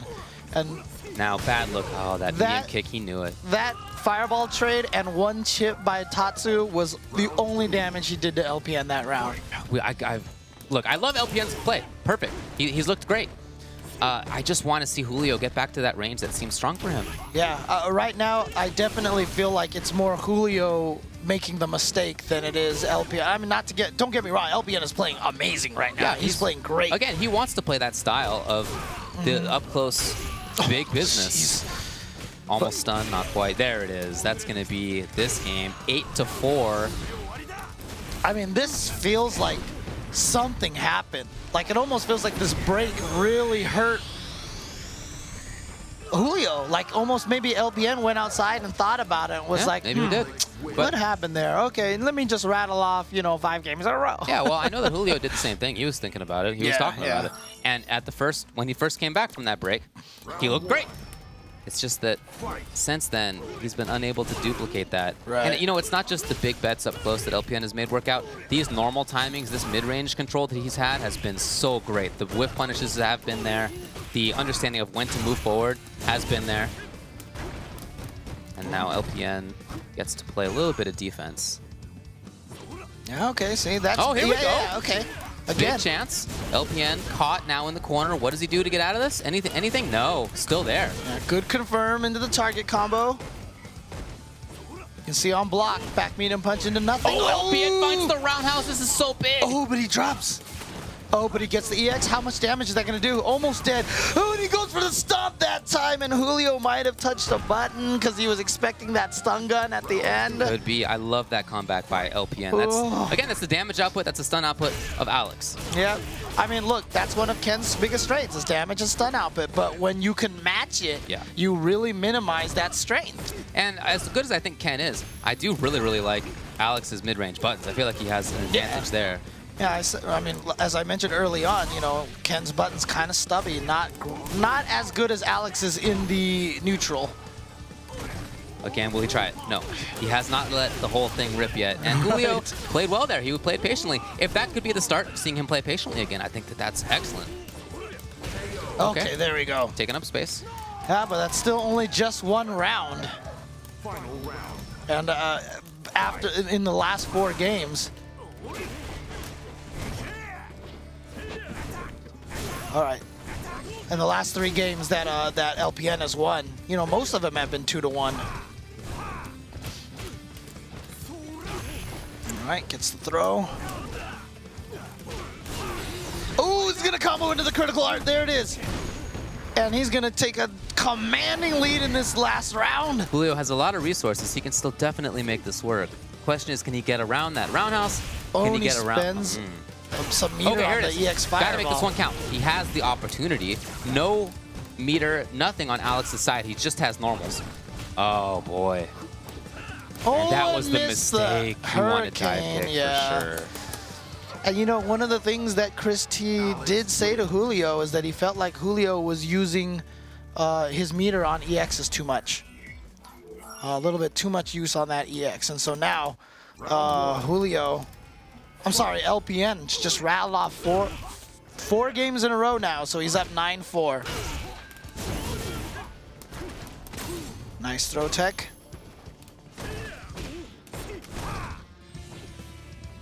And yeah, so you see Julio's trying to play that neutral game now. Yeah, okay, see, this is what got him good in that one round, but now all of a sudden, Oh! LPN just gets one crush. Nice. Okay, okay. What's the mix-up? And yes, proper confirmed round for Julio, and that is gonna take that round for him.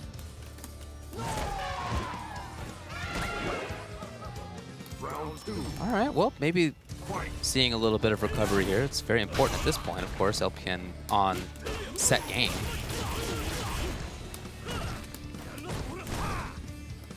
Patience there from Julio. Oh, no, just as we were talking about the patience. The reset. Yeah, see, those are some of those good buttons. That stand yeah. medium kick, that crouching medium punch. And then when you think you're outside of that range, out comes that standing roundhouse big boot. You get crush countered. But this time, Julio's going to get the crush counter. Yeah, he really needs, I mean, obviously he needs to win this to stay alive. Yes, he does. But it's also good to see him if he can take this The patience was with there some this momentum. time. Oh, the crush was there. And you know what? Is that going to do it? It might be. Oh! He chooses to save the meter, and it actually might pay off for him if he can get one more hit. One more. That's a... Oh, that was lucky range. Ooh. Oh, and he does it again! Wow. LPN with the comeback in that last round, just when things looked like it might have started to finally swing towards Julio. But LPN, again, as we mentioned, just such a strong player, such a great player, and you can see it from his gameplay. It's a lot of it has to do with just the way that he plays. He's so confident in what it is that he's trying to do. Right. The grab in that situation. Okay. Trade with the sweeps. Oh, wow. Oh, great. No, unfortunately for him, he drops it. This is a big chance now for LPN. Yes, he gets it. Close to stun. Yeah, he's a mix-up away right now. That stun bar has got to go down for Julio. It does. Okay, so Julio's safe from that at least, but he is definitely not safe from dying. No. Oh. He didn't hold it again. Not quite it. Julio.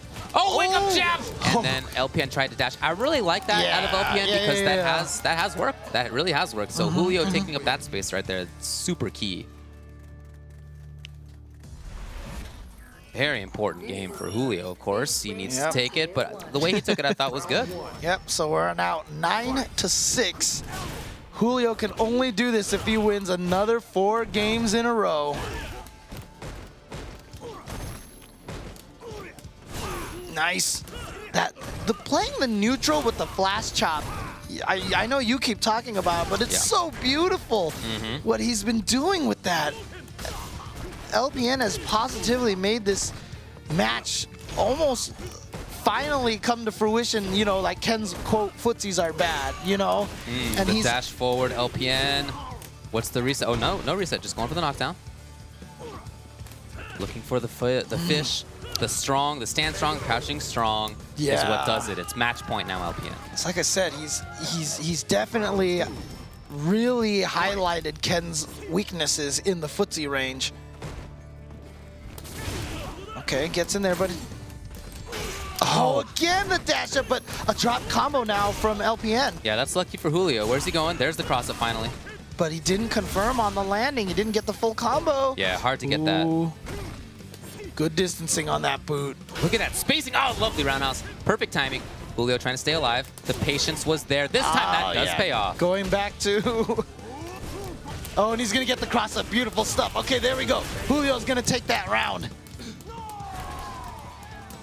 Those big bets coming out of LPN. I mean, he's up 9-5, so you can't be too critical about him. but a lot of the times it hasn't worked out like he wants. Oh no, missed with the Saves aim it. on that. That's the problem with that EX Tatsu from the air with Ken. He can go over people's heads who are too close. That neutral jump roundhouse range has been so good for LPN. I love that. I wish that there was some way for Julio to solve that. Oh, he got his own neutral jump Okay. to beat the elbow slash. Nice. Oh, wow. Julio, yes. Big damage off of this. LPN, though, is going to be a big threat as he wakes up. What does he have? Super's there. Throw tech is what it is. He dashes forward. He gets it again. LPN now a couple of mix-ups away. Wow. Oh, boy. James, might be about it. Oh, what? He Oh, he went for the jab. reset so he could get the stun, and that is it. Wow. Wow. What and a just like finish. that, yeah. Julio was looking so strong in that last game, but LPN gonna take it in the end anyway, and he's gonna win 10-5. 10-5. So that's ended up being pretty consistent, or pretty convincing, I should say, in that the back half of that set, it was 4 in a row for LPN, then 1 for Julio, and then 1 for LPN to close it out. So most of the wins that Julio had were at the start, and it did seem at the start of the second half that he had the right ideas. And yet LPN, like I said, he came out of the gate with 4 straight. So Circa LPN takes it. It'll be him for NoCal versus EVB Christitarian for SoCal. And let's go over to James, talk a bit with the players about how that went. All right, Julio. So I know during the break you said you wanted to maintain the neutral. The first round, right after that break, you played it very well. You took that round pretty convincingly with that neutral. But then I felt like you almost kind of started rushing in a little bit much. Yeah, it's weird. Like sometimes, you know, as a player, you just digress from your own game plan. Like I just want to get in. Like it's so weird. And then like I remember, like, you know what? What I discovered is that the stand roundhouse really, really worked. But one of my problems is that like when I get something working, when it works too well, like I just pull away from it. And I'm like, wait a minute, I should just keep doing it. And the roundhouse hit him. It hit him a lot. But I'm like, okay, well, that's all I got going for myself right now. Like, where do I take it from here? You know? Right. And so it got kind of awkward. So it was like I just couldn't make up like my mind on what I wanted. It's really weird. Right. So, I mean, obviously, you know, this is a very much a NorCal, SoCal kind of thing that we set up here. But LPN's going to be going up against Christitarian. So, obviously, you have the NorCal loyalties to LPN, but you've got the Ken loyalties to Chris. Who are you personally going to be rooting for? I mean, who are you going to help? Who am I going to help, huh? Well, you know, it's funny, like, I always consult with Chris. And like LPN is NorCal. Oh, this is so tough. You know, usually like if there's coaching allowed, I usually wouldn't coach either. You know, that's usually what happens if like Chris has to play like Ricky or something. I'm not gonna sit next to either of them. So I'm gonna just sit this one out and stay neutral as hell. I need to learn neutral. So I'm gonna stay neutral. So, I mean, you know, I asked some of the other players this, but, you know, obviously SoCal, NorCal, very storied rivalry. I mean, how does it feel to be one of those players who can represent NorCal in this continued rivalry? I mean, this rivalry is almost like a quarter of a decade old. It's like 25 years old. Yeah, it feels weird because, like, you know, like, I feel like SoCal's very, like, well-knit, you know? I feel like Vi really took care of people. But, like, in NorCal, like, everyone's just, like, on their own. Like, you just kind of were on your own. Like, I didn't really have, like, the, you know, typical father. Or, like, if John Choi was at the events that I went to, that'd be sick. But, like, it's still cool to, like, I still feel like I'm carrying a torch for NorCal or something, right? Even though, like, the torch is dim for me as a Ken player, right? But as of right now. But it's okay. I'm still figuring myself out as a player. But it feels good to, like, rep NorCal, especially when I do good, you know? But, yeah. You're calling out John Choi? Right? Dude, if, like, I wish he was there, man. Like, it's, you know, he's busy and stuff. Right, yeah, of course. But, like, I could learn so much from him. I just got to go to his house more. Okay. Honestly, that's it. Cool. All right. Well, thanks, and great job on your game there. Let's pull in Long in here. I mean... Don't look at me. Don't look at me. So Julio said during the break that you typically done well against your birdie. Is that one of the reasons why you went with Alex, or do you just feel like more confident in your Alex now? It's a mixture of both, but at the end of the day, I really just want to bring like hype to the tournament. And I think Alex is way more hype than Birdie. Birdie's like extremely lame, and if I really, really want to win like the best possible way, that would be birdie, but I want to win in my own fashion. So that's why you saw a lot of power bombs, a lot of crush counters. You hear a lot of glass breaking. And it's really entertaining to watch, right? Like, it's very invigorating when you hit someone with that. Now, I mean, at most tournaments, I feel like you have been going with Alex as your first choice. This past weekend at Southern California Regionals, we saw Mana RD, we saw XYZY or Zizzy or Zizi, however you want to pronounce it. Did that change your mind about birdie at all, or you pretty much knew that birdie was capable of that? To be honest, for the longest time, I have realized that the way that they're playing it, especially XYZY, the way he played, I think is the most optimal way, because then he has, zero risk. He barely goes for command grabs. He has a lot of health. He's a tank. He pretty much just aggravates the opponent till they die. And I think that's the best way to play it. For me, I'm really offensive, so I think Alex is the better fit for me initially. But if I were to lose, say, the first set, and I realized that my opponent is super aggressive, and I can't clash with him, I would have to actually draw back to birdie as a counterpick. So Alex would be my priority, my primary, I mean. So I would definitely pull him out first before anything. So, talking about NorCal versus SoCal here, you have been playing for quite some time. You were playing a little bit before Street Fighter 4, right? Or was Street Fighter 4 your first fighting game? Street Fighter 4 was my first competitive fighting game. I used to play like Mortal Kombat, Virtua Fighter, Street Fighter 2, but Street Fighter 4 was really triggered me to enter tournaments. Right. So, we were talking to Julio, he mentioned, about having, good mentors like John Choi and stuff. But you've actually played against John Choi quite a bit in the early Street Fighter 4 days, right? Yes. He pretty much just schooled me, like, completely. I was outclassed when I first played him. I didn't even know who he was when I first played him. And they were like, oh, that's John Choi? I was like, John Choi. I looked at all his videos. I was like, oh, that makes sense. I'm trash compared to him. So he's like the godfather of Street Fighter, so he's really good. So how does it feel to be in this last match here to represent Northern California? I've been talking about how long this rivalry has been going, and NorCal's had a huge line of just amazing players for the better part of the past 2 decades. It feels really good. I mean, definitely very humbled, and especially there's a lot of weight to carry my shoulders, and I have the perfect character for it. Alex is really big, really strong. I want to come in full force. I definitely want to rep NorCal to the best, and of course, I want to rep the little guys too. And, like Alex isn't a top-tier character, but he's very tournament capable. I feel like majority of the cast are, but I don't think they're fully discovered yet. And for me, if I were to look up for Alex Tech, I won't be able to find any on YouTube or whatever source, because I'm actually one of the few who are actually playing them left. So definitely a lot of pressure to create new meta for him and just continuously trying to win as well. And so, in your opinion, what is it that makes NorCal such a great fighting game scene? What is your favorite thing about the NorCal fighting game community? I think NorCal, we're actually pretty chill, but we're definitely serious when it comes to, competition. And I know most of us are busy with work and everything, but when we do have that amount of time that we dedicate to, we really put our all into it. And, we're actually just all warriors at heart, competitors at heart. We love rushing down just like as much as SoCal does. But I think at the end of the day, I still think NorCal is better than SoCal. But, I mean, we'll see what happens, right? Yep, we're going to find out. We're going to have the 2 representatives, of course, LPN from Northern California, Chris Tatarian from Southern California, going to be playing in a 1st to 10 right after this. Do not go anywhere.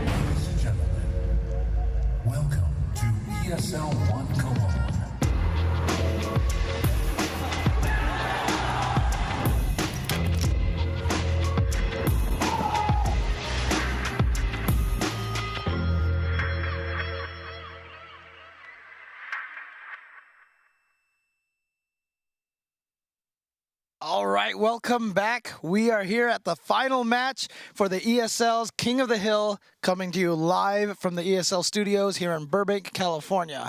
I am James Chen. Hey, I'm Ultra David. We have one person from SoCal, one person from NoCal. That's right, I'm going to stick with it. I'm going to stick with it. That's Unless fine, somebody that's from NorCal actually wins, it's going to be NoCal. We had, two people from SoCal fight it out to see who would be the representative, two people from NoCal as well, and it ended up being that it's Chris Tatarian That's right. from Southern California, and his opponent is LPN from Northern California. Now remember, LPN just defeated Julio Fuentes. So he just fought a Ken. Yeah. And he did really, really well against him. He took him out 10-5. But, Julio, during that break, we were talking to him, and he was even saying, like, he just couldn't help but be over-aggressive. I see. And, that defensive style did work. So let's see if Chris can make any adjustments, do something different than Julio did. Now, if you guys just tuned in and you didn't know exactly how we got to this point, what we did is we started with 4 players, 2 from Southern California, 2 from Northern California. And the 2 SoCal players fought each other first to see who represented Southern California, and then the 2 Northern California players fought each other to see who would represent Northern California. Those 2 are going up against each other. Whoever wins this week not only gets to become King of the Hill, but also walks home with a $500 prize. Yeah. And gets to come back next week to challenge the next challenger. Yep. So for the next 3 weeks, basically we'll have 1 new SoCal player, 1 new NorCal player. They will play a 1st to 10. Yep. And whoever wins that will challenge last week's champion. Correct. Of course. Even if it's SoCal, right. I don't need to say the alternative. And of course, all characters are allowed, and the beach and the training stage are banned, just like at most standard Street Fighter V events. And if you lose, you do have the option to change characters. The winner cannot change characters. We haven't seen anyone change anything yet so far. Again, typical tournament rules. These are things that the players are accustomed to. It hasn't been any surprises out of that thing. Let's take a look at the bracket here. Like I said, EVP Chris beat Commander Jesse. That was a 10-3. And looking through that, a lot of those were 2-1s. There were definitely some 2-0s. Interestingly, most of the 2-0s that happened, well, I should say Jesse had all the games he won. They were 2-0s in rounds. It's kind of funky. Chris T also won a few that were that way too. But of course, overall, Chris T ended up taking it. Ended up being a pretty significant win, 10-3. And on the other side, LPN and Julio ended up being 10-5. A lot of those were close, but I'll tell you, it was close before we took the break in the middle, right? At that point, it was just 5-4. Right. Right. It was very close. It seemed like Julio was figuring things out. And then when we started off the very first round after that, again, seemed great for Julio. Things looked good.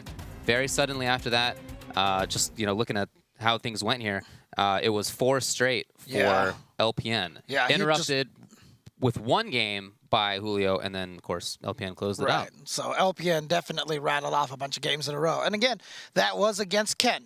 Right, And Alex versus Ken. And Chris and, of course, and Julio, they both play Ken. They share strategies all the time. So I'm curious to see how this is going to be different. Are we going to see something completely different? Yeah, this is something that we love to talk about. We love to talk about fighting games and the strategy behind them and how tournaments go and choices players make and all that kind of stuff, recapping things. And that's something that we do as well on Ultra Chen TV, as you can see right here. In fact, later tonight, we're going to have our typical Tuesday show. That's at 8 p.m. Pacific time. So look for that later on. Yeah, we'll be joined by Sajam and Tasty Steve. And we're going to talk about all the things that happened, including Southern California Regionals that just took place earlier this week. And including this event. But we don't know how this one is going to end. We have to find out how that's going to end. We can take a look at the players who are set up over there. That's right. It is going to be Chris Tatarian from Southern California going up against LPN from Northern California. And oh, yeah? I've never actually seen his Halloween one in person. I like it. It's actually kind of sick. I like that one a lot. That one's pretty sick. Yeah. Alex, the character who I love that character, but some of his costumes in this game are not my favorites of all time. Just wish they would just turn his legs around. Turn his legs around. What if Spooky Alex had like backwards legs, but that meant that they were forward legs?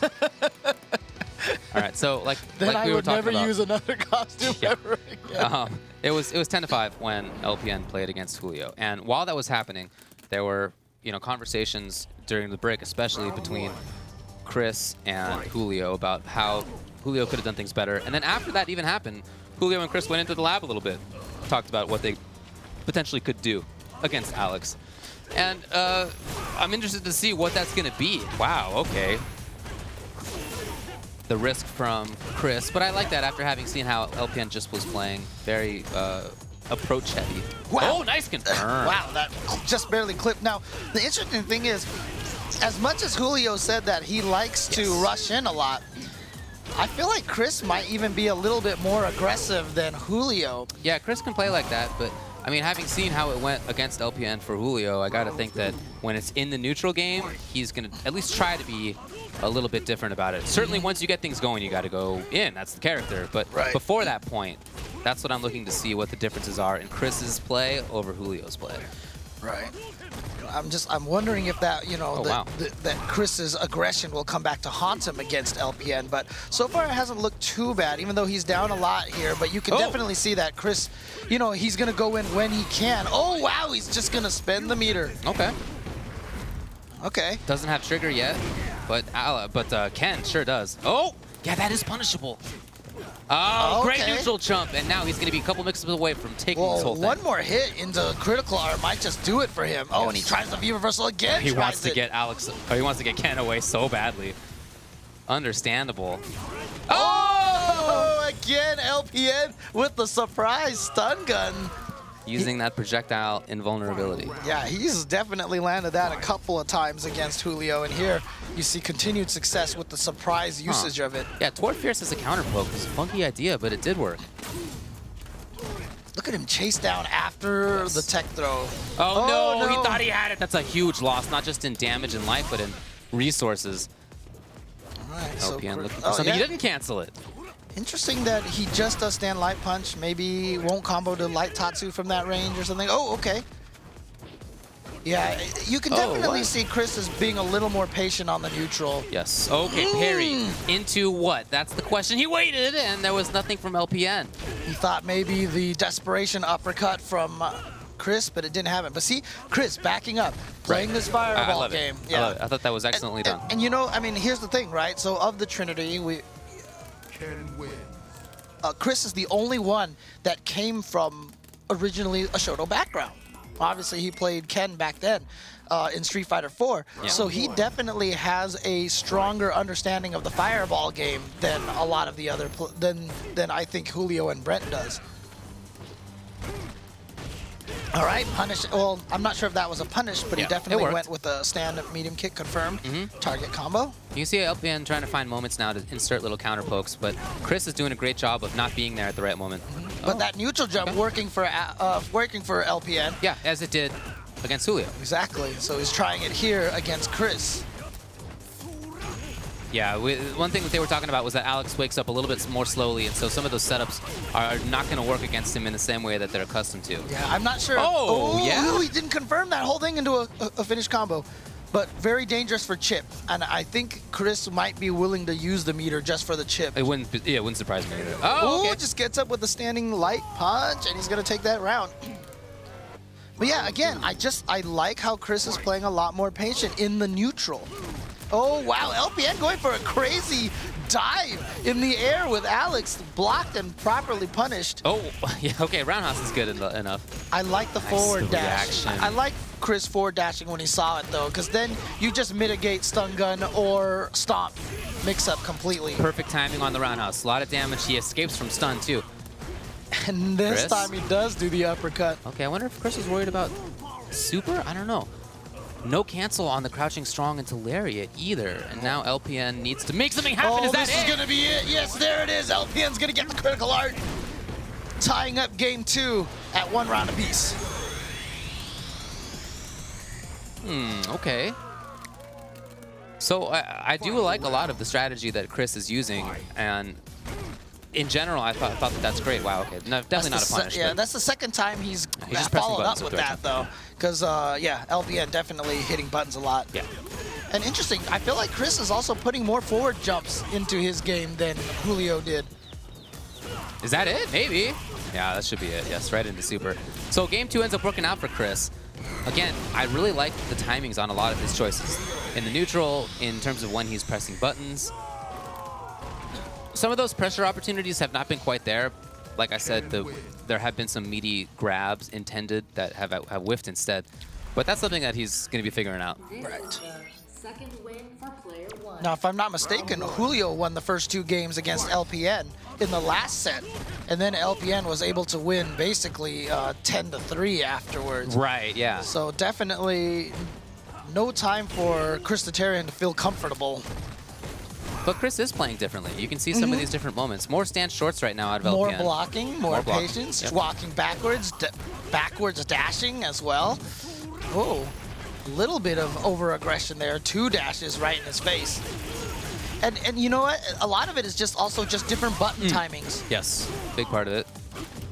Oh, yeah, okay. Stun gun headbutt was there. And then fireball of all intended tools. Yeah, maybe he was reading that LPN was going to backdash afterwards. Oops, sets up the hard hit. Yeah, any stand strong right now is pretty much going to close the deal for LPN. Oh, grab instead. Yeah, as I said, Julio took the first 2 games last time, and then LPN just kind of figured it out from there. Yeah. So LPN now with the first round, and now he's playing that flash chop neutral game. But interrupted a couple times. You're right about how LPN plays. He likes to pick a tool and then stick with it for several times in a row. Sometimes that works, sometimes not. It didn't work for a little bit there, but he finds the stand strong as a way to get into this, and now he has a pretty good situation for himself. Roundhouse he looked for, stand jab. And now big chance for Chris. Oh, wow, interrupted. Yeah, interrupted again. And there's those buttons that Alex has. Oh, wow, he gets in, and he's going to juggle with the uppercut. Yep, that's V-trigger. Nice. And after all that good work by LPN, we might be seeing the end of it. Chris T trying to move forward. He is moving forward. But Chris kind of Had to make it safe. Chris bet it all in one mix-up to get to the other side, which allowed LPN to get out of the corner. I mean, sometimes you do that because that is the wrong choice to make, right? To let him out of the corner because you're hoping that the opponent's going to think to himself he wouldn't corner himself because he wants the corner. So you do switch sides to catch him off guard, but LPN did block it, and unfortunately that did end up causing Chris to lose that round. So LPN taking game number 3. Can he tie it up? Again, that miss. 3 times now, I think. That's punishable. Oh, not quite, though. That was definitely, like you said, they were talking about that in between. The wake-up timing for... I really like that setup. Yeah. Stun is on deck. What's Chris got? Oh, he just went for the command throw, and Chris with the hard read, hard call out to jump back in the corner. Parry. Remember, Super is ready for LPN. He's very dangerous right now. Nice! LPN did not want to take the risk. And Chris Thought that might have been a moment where Chris could come in with something a little bit risky. Oh, buffers it in, huh? Okay, let's start the round with a 40% life lead here. Oh, and then dashes up into the command throw. Does it again. And then the stun gun. Seriously? Oh, and then the throw. Wow, what a round. What a round. Those are big reads. That's not the kind of thing that's going to happen all the time, but still, nice work. Yeah, and you know what? He started that round spending all of his meter, and look at their meters right now. They're pretty much even. Yeah. Not that far behind for LPN, so that's why you spend meter early on in a round oftentimes. Nice Chris, whip punish. you know, Chris is trying to play this footsies game, but he's playing it from closer in than he was at the start when he was having a lot of success. Okay, no crush into nothing. Ooh. Chris pressuring. Whoa, interrupted with stand strong. And is he going to go for the super? Or no, he's going for the reset. Goes for the regular throw. Now, any hit. What? That's going to do it. Oh, but yeah, that was so good from LPN because I would have canceled that flash chop into super, but he saw that it was going to stun. And so he did not accidentally waste the super on a stunned Ken. That EXTP did not work out. Yeah.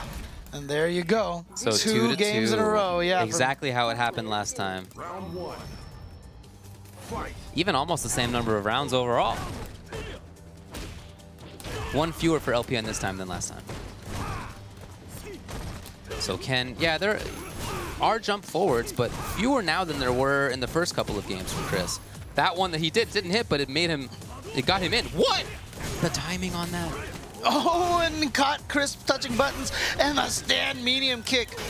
So, look, we already talked about the fact that, you know, Ken players have been able to overcome, you know, Ken's generally weaker footsies.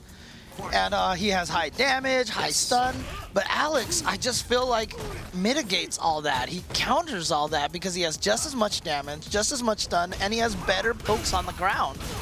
He doesn't quite turn them into as much from the mid-range like you just saw Ken do. That's Right. something that Ken is almost unique at in this game. Oh, okay, but the risk. Here's LPN, dash forward, yeah, back strong, very fast move, allows Chris to take control of the situation. All right, these jumps got him in. Again, not much damage out of it, and he might end up losing. No, okay. Okay, just uses the V reversal to try to kill some of that momentum. He gets the crush counter, but was going to cancel into the fireball anyway. Any button's going to do it for Chris. He knows it. But, you know, LPN's so close enough that maybe one hit and then another combo will kill. Very much in it. Oh, Nice. really? Super turbo style. Mashing that jab. Boxer comes running in. Nope. Wow. What a gutsy way to try to finish that round off. Oh, beautiful reaction. LPN played safely. And not there. Sometimes he plays safely, and it's just really hard to know when that's going to come versus when the risks are. EX again. So much damage and stun has come from that. Now Chris moving forward. Oh, got red that time, though. Got thrown out of that run cancel. Run cancels. Oh, nice interruption. Gonna get some good damage. Put him right back in the corner. Oh, that's not punishable, safe. And yes. LPN is gonna take the lead 3-2. Yeah, again, very similar to how it went for LPN playing against Julio. Very similar. Yeah, almost exactly the same. Yeah, Almost. he went up 3-2 last time. He Yeah, did. you're right. Yeah, yeah. Now it's going to be on Chris to make the 3-3 happen, which is how it worked for Julio. See if he can do that here. LPN backing off again. Hard to know when he's going to play safely like that and when he's going to go in. Oh, too far for that target combo to reach. Look at this range now from Chris. He's really trying to play closer in. Yes, wakes up with back strong again. Very fast option. Try to go for the overhead fake. As he often does. Oh, here we go, crush counter. And this is where we talked about how the damage can be just as good for Alex. Yeah, okay. I really like that. Yeah. Interesting to see LPN move forward like that. He had just been hit by that V reversal, which means he was at a slight disadvantage. But he chose to go in anyway. But you know what's interesting to me? I don't know if we saw... Very weird. Did we see any V reversals from Julio? Oh, they were there occasionally, but yeah, Okay. not very often. Yeah, I definitely feel like Chris is trying to use them a little bit more. He's going to get the juggle with the fierce uppercut. Oh boy, here we go. You see Chris trying to deal with that dash toward. He has a lot of the time, but it seems hard to be successful completely. I mean, Hard hit setup. interestingly enough, even though Chris got counter hit on that one wake-up uppercut, I didn't feel like at the time that was a bad decision. Oh, he stayed on the same side. Yes, for sure. That was a tricky little situation. Oh, and he did it. He got the confirm off of the single hit. All right, so it is going to be 3-3. We are seeing very similar results right now. It's That's eerie. crazy, I know. It's pretty eerie right now. Yeah, Chris exact played- same pattern. Yeah, Chris played a little bit closer in parts of that round. That seemed to work out a little bit better. Round one. But I like how LPN's using that dash toward. That seems like a big threat. Nice. Back dash was there. Chris going back to this neutral. What did he mention? Oh, that might have been intended knee. Oh, yeah, and then just came out with the wrong thing. Whoa, that didn't hit. Oh, doesn't matter. Gets the crush counter. Too far, not whiff punished. I like the idea. Yeah, that's a big, that's so good from Alex that he has that during V-trigger. Those good buttons can turn into a lot of damage. Here comes Chris, and you know what? He's going to be able to take it off of that meaty, crouching, meaty punch, medium punch. And using the V-trigger to get the corner carry, get the setup. There it is. I think that's what he wanted last time. Just the regular one though, but that's just anticipation. And I love LPN chasing out the backdashes. Yes. He's really looking for backdashes. Oh. A little too far. Yeah, I wonder if That it's counter hit also pushback. Yeah, it might be Alex might have those buttons that pushes him in further range, because that is a standard combo for Ken. Crouching medium punch, counter, back medium punch. Okay, throw loops, but you know what? He was testing this in the break, so he knows to delay it a little bit. Wow. Uh-oh. Thrown out. I think he was going for the low again. Not sure. That should be yeah. it. No, not quite. Oh boy. Oh, hold on now, hold on now. Can he make this whole thing happen? No. He went for the parry again, but Chris waking up with the throw, and we finally get a sequence break. Yeah. And Chris going up 4-3. yeah, LPN went up 5-3 against Julio. Win for player 1. That's a very close match here. Game 8. Christatarian only up by 1 game. Whoa! Really interesting to see this back and forth neutral game choices on when and where they both go in, because both of them have shown that they can play at different spots. Great block. Very slow overhead, unfortunately. Oh, you saw that delay, but again, the counter hit, I feel like, pushed Alex away. Maybe one of his best poke buttons. He is one of those buttons that pushes him further away. All right, Knocked out into back the corner. into the corner. Stun gun, not quite stun. There's but the there it overhead is. this time. That's so nice that he's in range for that, like perfect range right after the stun gun. It's like the perfect setup for Alex. Moving away. Nice, catches him out of the air. and Big then- opportunity now for LPN. Yeah, but again, you know. Oh, God, it's just been so consistent. Oh. When will he do EX stomps? Oh, again a wake up. Wow. Chris being very aggressive and very insistent on that. Yeah. Oh, no, the Oh, delay. Was that a yeah. delay, Fierce? I'm not sure. It kind of seemed like it was a weird timing. And he's going to be able to confirm off of that stand fierce run cancel. Oh, he tried to walk under. It didn't work. Wow. You see Chris building up as much meter as he can. It's kind of inconsequential. He's pretty much at full. Might as well, though. Yeah. One hit in the critical art is definitely possible now. Ooh, what a beautiful jump. Ow! Wow. Just like that, those 2 bars were gone. Yep. So much for built up meter. Oh, Wow, all 3 of them? time! Okay, very important Dragon Punch right there by Chris. After LPN did some sick stuff, he tried to go in and make it happen, and that's when you can really blow people back. Chris with no confirm off of that counter hit, crush counter, stand roundhouse in the run Look at cancel. this. Look at this. Oh, look, counter poke. That's what we talk about for Ken. Those counter pokes. Oh, and he just did it? So this is going to be big damage now. Might be it. EX, and that is going to do it. So Christatarian's going to go up 5-3. Okay, now we're going to see the reverse of how it went for LPN last time. He was up 5-3, like you That's right. mentioned, and the game before the break, which is what we're going to be playing now, is a big one. Do you end up at 6-3? Are you down that much? Are you up that much? Or is it 5-4, which is very close and can really still go either way? This is a huge swing game. Oh, nice. Just throwing afterwards. Pressuring right up close. I think that was a great Dragon Punch by Chris. He has been good at that too, by the way. All the way to the other corner. And goes Finally for the the overhead. overhead. Yeah. The actual overhead, not just the fake. It's interesting because, you know, I felt like Julio was doing better against LPN when he was playing the neutral better. Oh boy. But Are we seeing some different stuff out of LPN right now? Oh, this yeah. This is very offensive oh, style. that's it right there. It's a stun. That's so good to play that really strong offensive style, and then when the opponent's getting up, oh, no, I'm defensive, I'm patient. Yeah. That mix-up is hard to deal with. Oh, he tried to back throw him. He wanted the corner, but he did it a little too fast.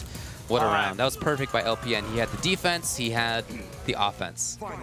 Can't start every round with jump toward, though.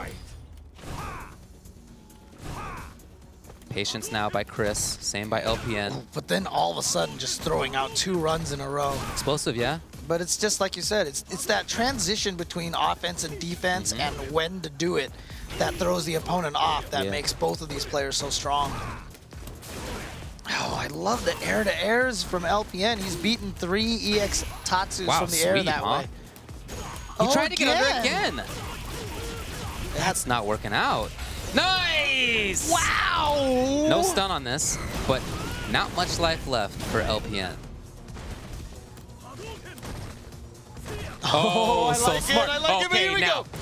What can... Oh, Chris, smart. very nice. Just uses that to Very get nice. himself out of that situation. Yeah. Love that play by Chris. I think that was really, really well done. And yeah, I mean, I was talking to them in between the break too. That hit confirm right there, low forward into critical art, Yeah. not easy to do. No, they said it's that not. it's very, very difficult. For so. sure, it's difficult to do. Yeah, and a very important part of Ken's play is hit confirming things. You know, seeing your tool hit the opponent and continuing to something that would be unsafe if they were blocking. Really important part of Ken. You know, both back strong and crouching medium kick. You got to make that happen if you're going to make the character work. Right now, Chris is definitely making the character work. It's 6-3. LPN won 3 after the first 2, and since then it was 2-0, 2-0, 2-1, 2-1, all for Chris. 4 in a row. Let's go talk to James with LPN. Hey guys, I'm here with LPN. So obviously when you played against Julio, you came into the break with a 5-4 lead. Here you're sitting on a 3-6 deficit. What is it about Julio and Chris's playstyle that makes it so that Chris is, I guess, being a little bit tougher to fight against? I think Chris is a little more polished on defense. Definitely, he's a little more hesitant. He's not as reckless, which would be in my favor if he was reckless. But there are times where he does know how to turn it on, and I think that's kind of overwhelming for my character right now. So I'm getting crushed kind of a lot. Okay. So that must mean I'm pressing buttons at the wrong time. So I think instead of actually trying to clash with him, I think I should keep him out more. Well, you mentioned last time in the previous match, you know, I was asking you about all your characters. You said that maybe you might want to use Birdie against people who are a little bit more aggressive and that you can't keep up with their offense. Is that something that you're considering doing? It's definitely on the back of my mind right now. I have a few characters in mind. I'm going to rethink it really quick before I actually make a decision. But if I weigh my options and Alex still going to be better in the end, then I'm going to go with Alex. All right, so what are you going to do with Alex to try to counter what Chris is doing? I'm definitely going to take less risk. I think that's one of the reasons that I lost a lot of momentum. Like going for a command grab in the corner. I never need to do that. I mean, he's just a sitting duck, so I kind of want to just finish it. But I think I need to be a little more reserved and pump the brakes. All right, well, we're going to see how that turns out. Right now, it is a 6-3 lead for Christitarian. Let's see if Long can make the comeback right after this.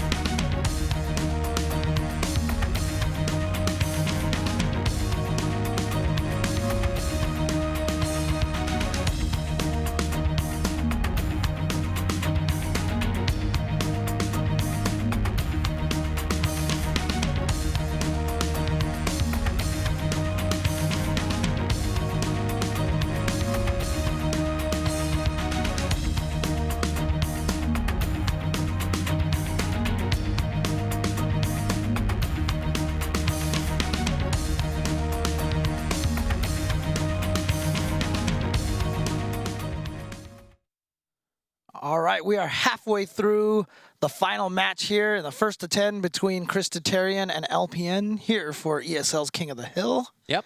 And currently the score is 6-3 in favor of Chris Tatarian. It's been 2-1, 2-1 in terms of rounds for Chris. And then there were 3 in a row for LPN. He won the first one 2-0, then it was 2-1, 2-1. And since then, 4 in a row for Chris. Wow. Okay. Yeah. Well, it's obvious that LPN is able to rattle off a few games, and For he sure. may have some hidden things here. You see, Yeah, I but want to he's see if going to go there's with a change Alex. in characters. He briefly mentioned to you that there was something he was considering, but Right. he has gone over to Alex. So we'll see if that's what he locks in with. And if things continue not to go well, we'll see if he sticks with the character. Right.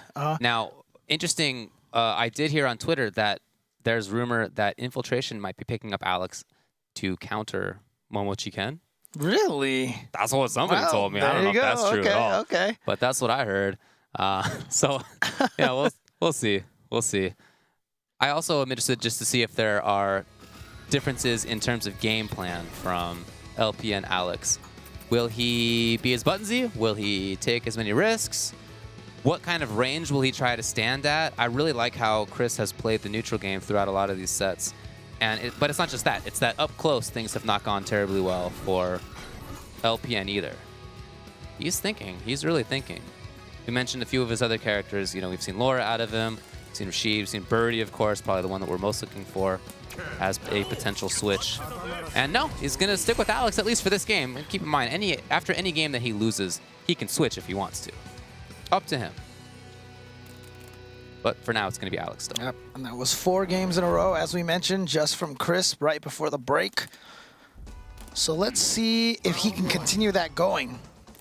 LPN says that maybe he was taking a few too many risks, maybe want to play a little bit more careful, a little bit more defensive.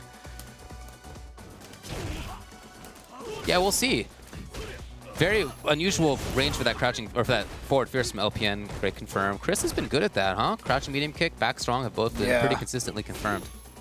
Yeah, like I said, Ken not the greatest of footsies, and usually the Ken players can do a good job making up for it, and that is definitely what Chris is doing in this matchup. Well, very late stand strong right there after the medium kick, just to see. Again, that counter hit crouching medium punch, not comboing into the back medium punch. But again, many buttons from LPN. That's why it didn't combo, because there was a counter hit. So LPN still doesn't seem to me like he's made changes as for when he's going to hit buttons. Right. If anything, I noticed more buttons at different ranges in that set, in that round. No anti-air there, and then Chris backs off. I really like that from Chris. He is trying things out. If no, back off. He feels confident enough in his ability to get in and control the neutral game. Okay. Trying to counter poke with that crouch medium punch, interrupting in the middle of that target combo. You can always crouch under the standing roundhouse follow-up. Okay, gets the back throw and tries to keep the pressure. LPN right now is looking good. I mean, he's definitely more grounded, more neutral gameplay right now. He's not taking those big risks. Pretty safe elbow as he approaches and then backs off. So he's doing the good job too. And there's the anti-air. Super late, super far away. Man. And now Chris is a big threat. Low. Yes, it hits. Okay, one more. Where can he go? The tech. Good throw tech. There it is. That throw tech was everything. That was so dangerous. So dangerous right there. Could have gone easily into Chris's way. But nice defense by LPN. And Chris, though, sitting on a full meter right now. But again, oh, wow, baited out the throw. And there it is. Chris going to get all that corner carry on one bar. Dashing forward. No longer with forward fierce, with stand strong this time, which is faster. We saw those neutral jumps working for LPN against Julio. See that delayed crouching jab right there? Was not with the same timing as before that was getting Dragon Punched. So now if there's an immediate Dragon Punch coming out of Chris, that might not work. LPN dashes up, does get the strong again. So we're seeing, again, those different options. Oh, wow, so good. Here comes Chris. Looking for big buttons. And why not? LPN has tried it so often. LPN has been so buttonsy. Okay. Tried to get the whiff punish, not too credible. Oh, there it is. Got the anti-air, and LPN holding true to his word, going to be playing a little more solid defense, a little less crazy, and he is going to take this game and end Chris's current 4-game win streak. At the start, in that first round, it seemed like it was the same style, right? But No, in the last couple rounds there, it seemed like he did make the changes that he alluded to when you had the interview. It's good. Good to see. Yeah. Sometimes, you know, when you talk it out like that, it kind of helps you remember it yourself. Yeah. You know? As we mentioned, you know, it was really the players that wanted to kind of have this talk in between, in the middle of the set. Yeah, and it seemed valuable because almost every time there's been a change. Yeah. Or one player or the other. So now here's LPN playing this neutral game. No zoning, obviously, out of Alex, but he can control with pretty big buttons, and we've seen the air-to-airs and the anti-airs, yes. Oh, wow, yeah? just walked into it. Was that jab? Dragon Punch? Oh, I'm not sure. Not upper body invincible. The patience. Whoa, wow, great cross-up for Chris. Just got right over him at the last second. Giant corner carry. Oh, but the wake-up stand leg punch is going to counter hit. And look at this. LPN now 3, what was that, 2-1 in the last one? 2-1 in the last one. Oh, it was 2-1 in the last one. Okay, okay. But I do think it was 3 rounds in a row because I think he started the last one down 0-1. Yeah, you're right. All right, crush counter on that sweep. Just gives him a chance to dash a bunch of times. Push him forward. Chris really trying to poke at a closer range right now. It's kind of how we saw him play towards the end of the set before the break. Yeah, I definitely think that was a missed air tatsu. There he gets it, but LPN getting right under it, and then a wake-up back throw from Chris. Oh, look at that aggression from LPN. Oh, the delay. Oh, yeah. Yeah, nice work.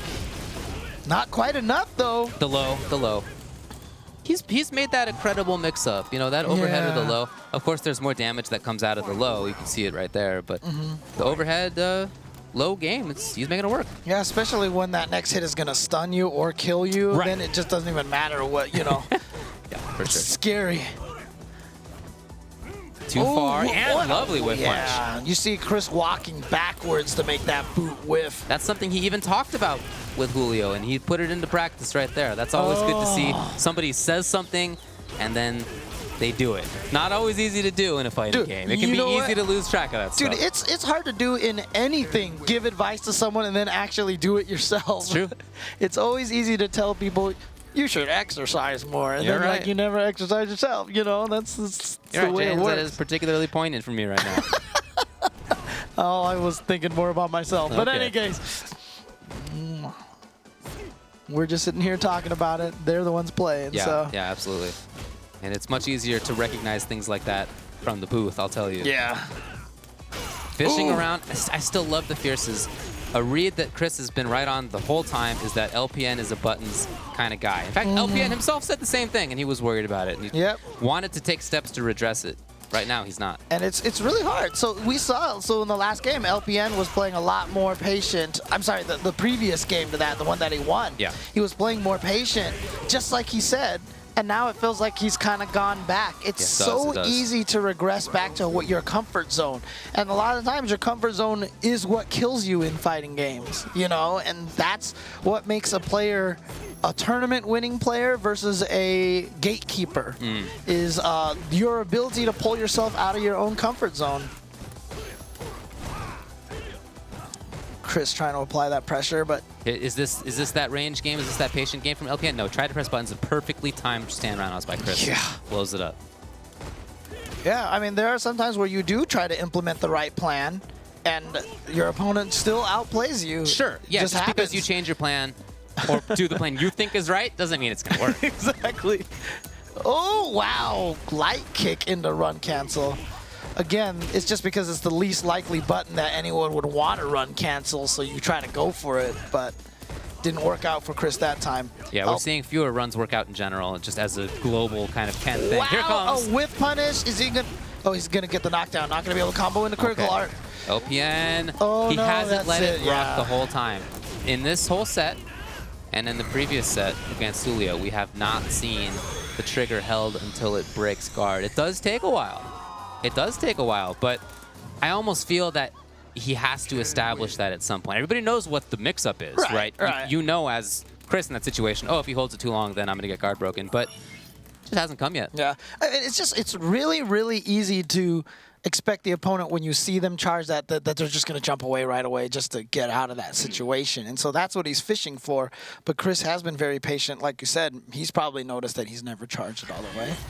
And we do see a character select here, so this is definitely something that you're allowed to do. And let's see if he goes with the character that he told me about. Okay. I asked him about Birdie, but he actually gave me a different name that he might switch to. Okay, Let's well, see he's certainly what he thinking does. about it here at the character select screen. Yeah, Of course, Chris is obligated to stick with Ken. He just gave me a look, too. And he was Gave like, you the little smile, didn't yeah, he? Didn't he? Oh, no, he is going to go with Birdie. Okay. Interesting. Okay, so the character that he said to me will remain a secret forever. Ooh. You mean not on the mic? Some of you guys talked off screen? Yeah, Okay, all right. All right. Well, he's got Birdie here. So what he said is he wanted to do Birdie perhaps to see if the defensiveness of Birdie will help. Because, you know, we talked about Alex's good buttons, but we have learned very quickly that Birdie's buttons are ridiculous. Well, we've always thought they were ridiculous, Yes. but they just didn't seem to pan out. And then all of a sudden we saw Zaizi and Mena RD, and then we're like, okay, these buttons might be better than we thought. Yeah, we thought he had a lot of good buttons, but we just didn't know about all of them. It turns out that crouching jab links into super round counter. It turns out that crouching fierce counter pokes everything. I didn't know. All right. And there's some good damage and now throwing that banana. And that was the other interesting thing that we saw from both Mena RD and Zizzy or Zaizi or XYZZY. XYZZY, yeah. Is that they would use the banana cans as walls to move forward. Not as defense, but to protect their space so they can go forward. The jump backwards, though. Oh, wow. Interesting timing on the headbutt. LPN. Oh, he can get a punish. No. It's Again. so weirdly What's hard going to on? punish that. I know, it's funky. Oh, yeah. Oh, no. Not a great jump timing. That he had not really established neutral game control. Instead, he had been walking forward pretty consistently. And that's a sign of the opponent that you're going to jump eventually. So this change so far hasn't really paid off. But if it's going to pay off anywhere, it's right here in the corner. This is so much damage available to Birdie. Yep, still just harassing. I mean, is that a range where he can anti-air? No, it doesn't even come up. And Chris just willing to show that he's going to uppercut in the middle of those button sequences. It's not safe, and Chris knows. Oh, tried to anti-air way too late. Is that it? Not almost, quite. Almost. Jump back? Yes, of course. Chris takes it. Now it's bad news for LPN. Yeah, 9-4. So LPN was able to come right out of the gates and take one game. Yeah. But Chris, once again, rattling. I mean, he's had a streak of 2 wins, 4 wins, and now 3 wins. So really, LPN hasn't been able to stagger, get him to stagger out his wins a little bit like that. It's always taken a few games for him to adjust. Yeah. You can see Chris right there in pure concentration.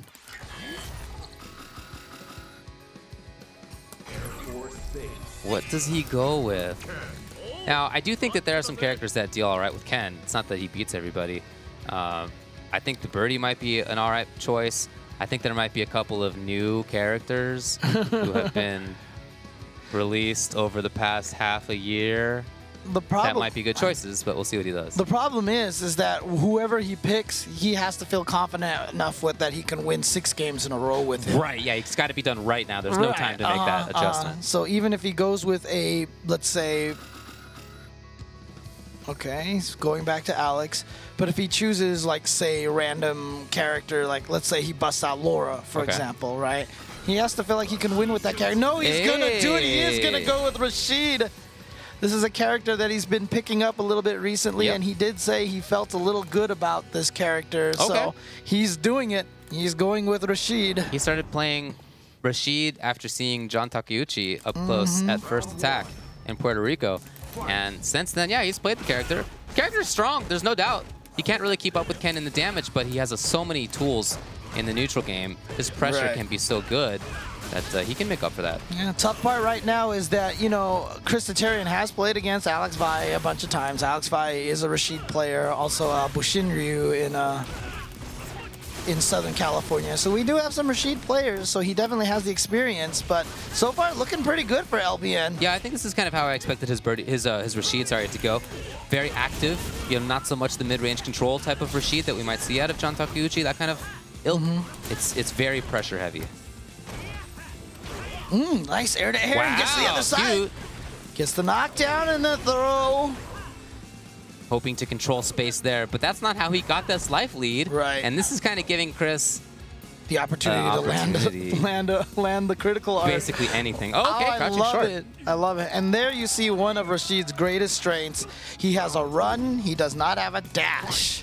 So he can run and attack much faster than than pretty much all of the other characters. Nobody else has a run like him. Yeah. Not even Ken's V skill. Great anti-air. Too late for the normal, so he brought that in instead. Okay. Yes. Let's see what he gets on this. Just goes for corner carry. Oh, not quite there. Can he get something? Great block. Yeah, Chris knew it. But And I love that Chris took advantage with that. Look at this. Just like that. All that stun's gone. Not only that, but it's been transferred over to Rashid. No, that's not going to work. Oh, yeah. Just shuts him Low, down. great block. Yeah. That's punishable, but too far for him to do anything. Is that going to connect? It does. It just hits right above his head. So great way to counter that. Gets a big life lead. Oh, he just made it over the tornado, but... Chris thought that was going to work. He just went right for a medium roundhouse. Why not? I mean, he did see that the 2 hits hit. It just was too far for the rest of it. All right, so, well, this pick worked for 1 game, but it needs to work for 5 more. 9-5. 9-5 time for LPN to do work. Yeah, he's looking workmanlike right now. Ken with the blue collar on. Fishing for that big button. That's something he's been doing. Not a lot of anti-airs from LPN. Wow. Well, you know what? He didn't get punished too badly last time. Oh, what? Oh, it looked like he tried to go for a cute little mix-up, maybe, but didn't work out for him. I wonder if he thought he was closer to the corner. Trying to figure out how to get out of there. No wall jump attempts from LPN yet. I'm surprised to not see an anti-air. Chris has jumped at that range quite a few times. Yeah, crouching medium punch is a good anti-air. That works for Rashid pretty well. Even there it EX, is. of course. Oh. Tried to get a crush. Oh, big chance. Okay, here we go. Sitting on a critical art still, but match a surprise point now. dash from Chris Tatarian. Round 2. Fight. Both of them, well, LPN sitting on a full meter. Wow, Chris waking up with buttons, able to confirm it. And no anti-air there. I mean, it ended up working all right for LPN, but I don't like the sign that there's no anti-airs. That's definitely one of the things that has allowed Chris to get in so much. Yes. Now, obviously, Ken, oh, man, convert. Nice Yeah, he's work. going to get a huge damage. But Ken has the air hurricane to make anti-air a little trickier, but still, we've never seen it once. Great bait. Oh! This is it now. Can LPN stay alive? Wow. Oh, but that's not going to combo. What a choice on that. Look at this. Chris knows he just needs one more touch. Anything is going to do it. He got it. Chris takes it. EVB Chris Tatarian ends up pulling it out. Yep, for 10-5. SoCal. 10-5 over LPN. LPN tried to pull out a bunch of the different characters. It did not work out for him, and there you have it. Chris Tatarian is going to take it. He's going to be the first week's King of the Hill. Yep, so that means that we're going to see him next week as well. And you know what? That 10-5, there were times in there when LPN started to look like he started to figure some things out. Of course, he had a 3-game streak himself towards the beginning of it. And there were, rounds in there that I thought he looked really good in. But overall, Chris, he won the first 2. Then, like I said, LPN had 3 in a row. After that, Chris had 4 in a row, 1 by LPN, then 3 in a row by Chris, and then it was back and forth. LPN switched to Rashid, worked for a game for him, but in the second game especially, the anti-airs weren't there. Chris was able to get in, do what he needed to do, and he looked very strong. So he moves by, as you can see on there, both Commander Jesse and Circuit LPN from NoCal, which I will now continue to call NoCal, to be the first King of the Hill. Let's go talk with him with James. All right, I'm here with Chris Satarian. Congratulations. You are the first week's King of the Hill. What did you feel about that match? Were you surprised that he busted out a Rashid, Birdie? Were you expecting only Alex? I was expecting only Alex. There was a doubt maybe he could switch to Birdie, but the Rashid was completely uncalled for. I did not know he had a Rashid, so. Yeah, so, I mean, we were told on social media by someone that Infiltration might even be learning Alex to counter Momochi's Ken. Do you feel like that's actually a tough match? I don't have enough Alex experience yet, but, I mean, it is, like, I don't know how to describe it, but the neutral definitely seems like he can kind of control it by pressing crouch strong and low medium kick to interrupt my normals. I think that if he played a little more defensive instead of trying to dash in a couple of times or whiff a couple of normals, like that's the only reason why I was getting started. I don't know about the matchup, though. I haven't played it enough. Okay, so you're the first champion. There's going to be 3 more weeks, so you're going to have 3 potential people to go up against.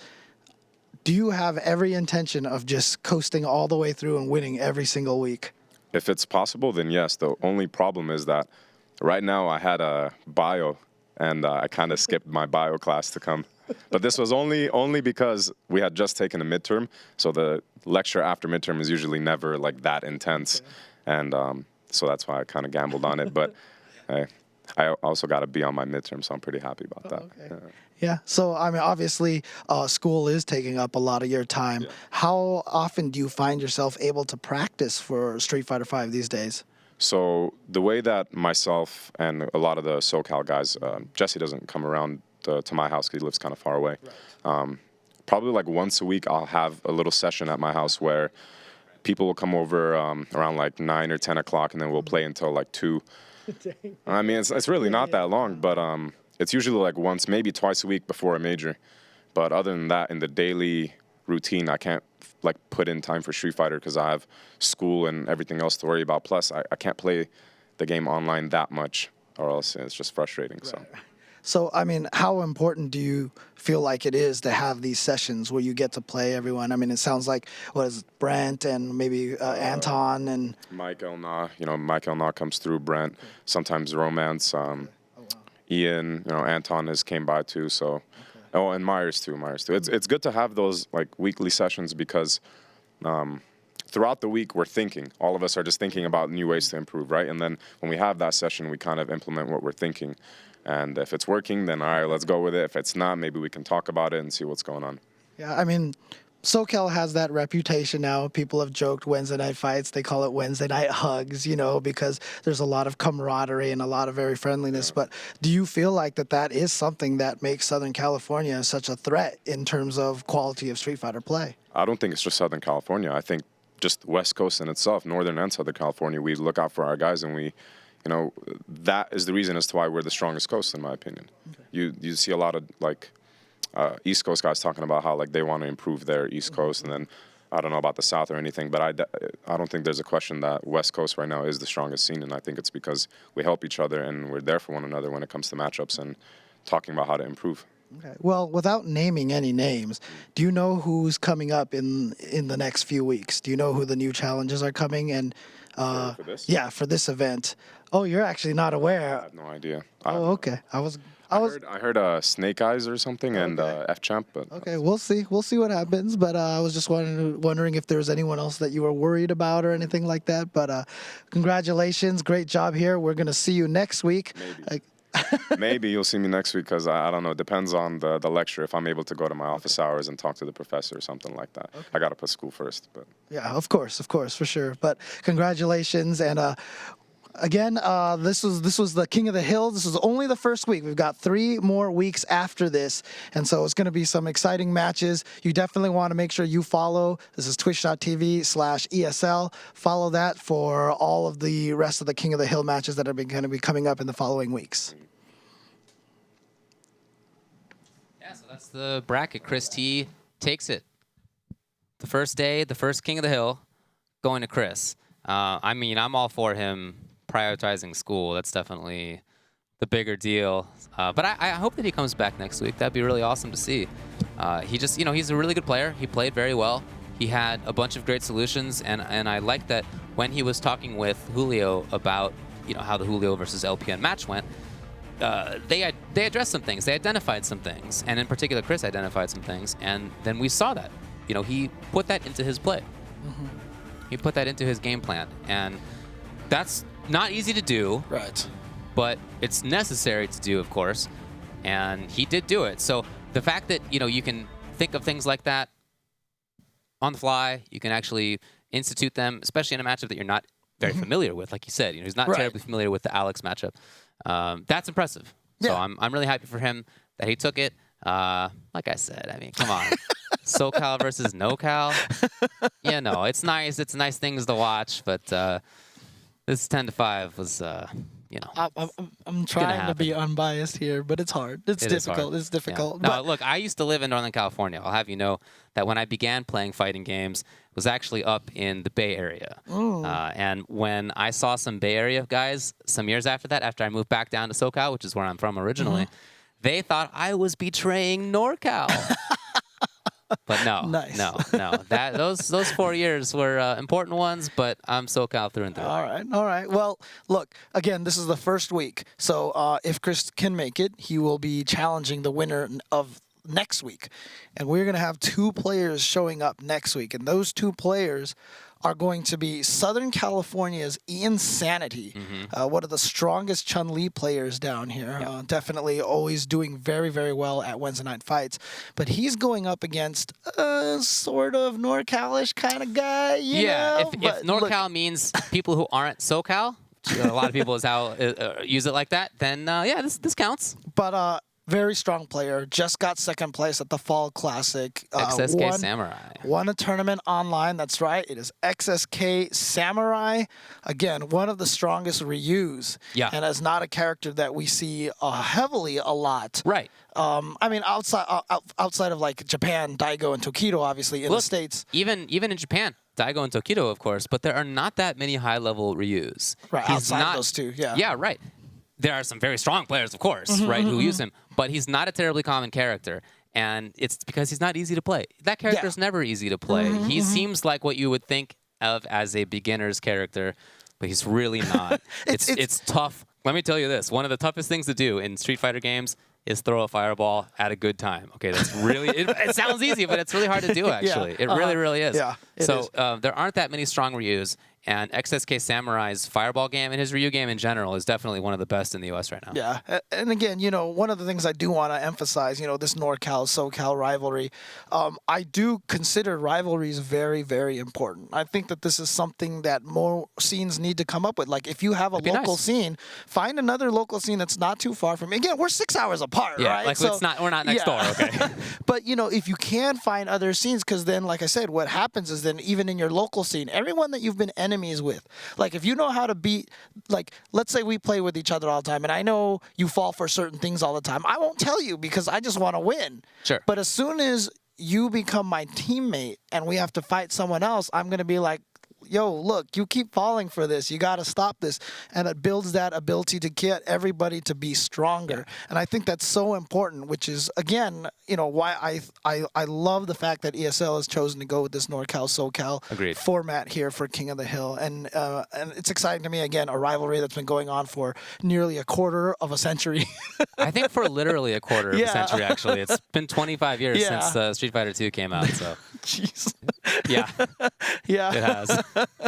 But again, it's great stuff. I hope you guys enjoyed it at home. Again, we're going to be going and continuing this for 3 more weeks after this. Yeah, for sure. So please give this channel a follow, twitch.tv/ESL. You can follow him on Twitter at ESL SF. That's right. As well.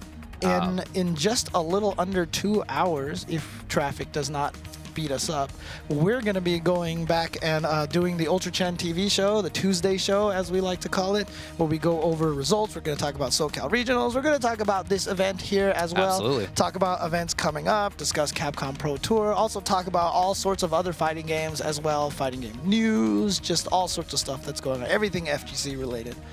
Twitch.tv/UltraChenTV. Yeah, it's been a really good one. I've been really happy with how all of this went. Please let us know if you have as well, or if you have any feedback. I'd love to hear it. That's right. Very interesting to know. But yeah, thanks to the players for showing up, and thanks to ESL for running this event. That's right. All right, guys. Again, make sure you tune in at the next few weeks, and we'll see you there.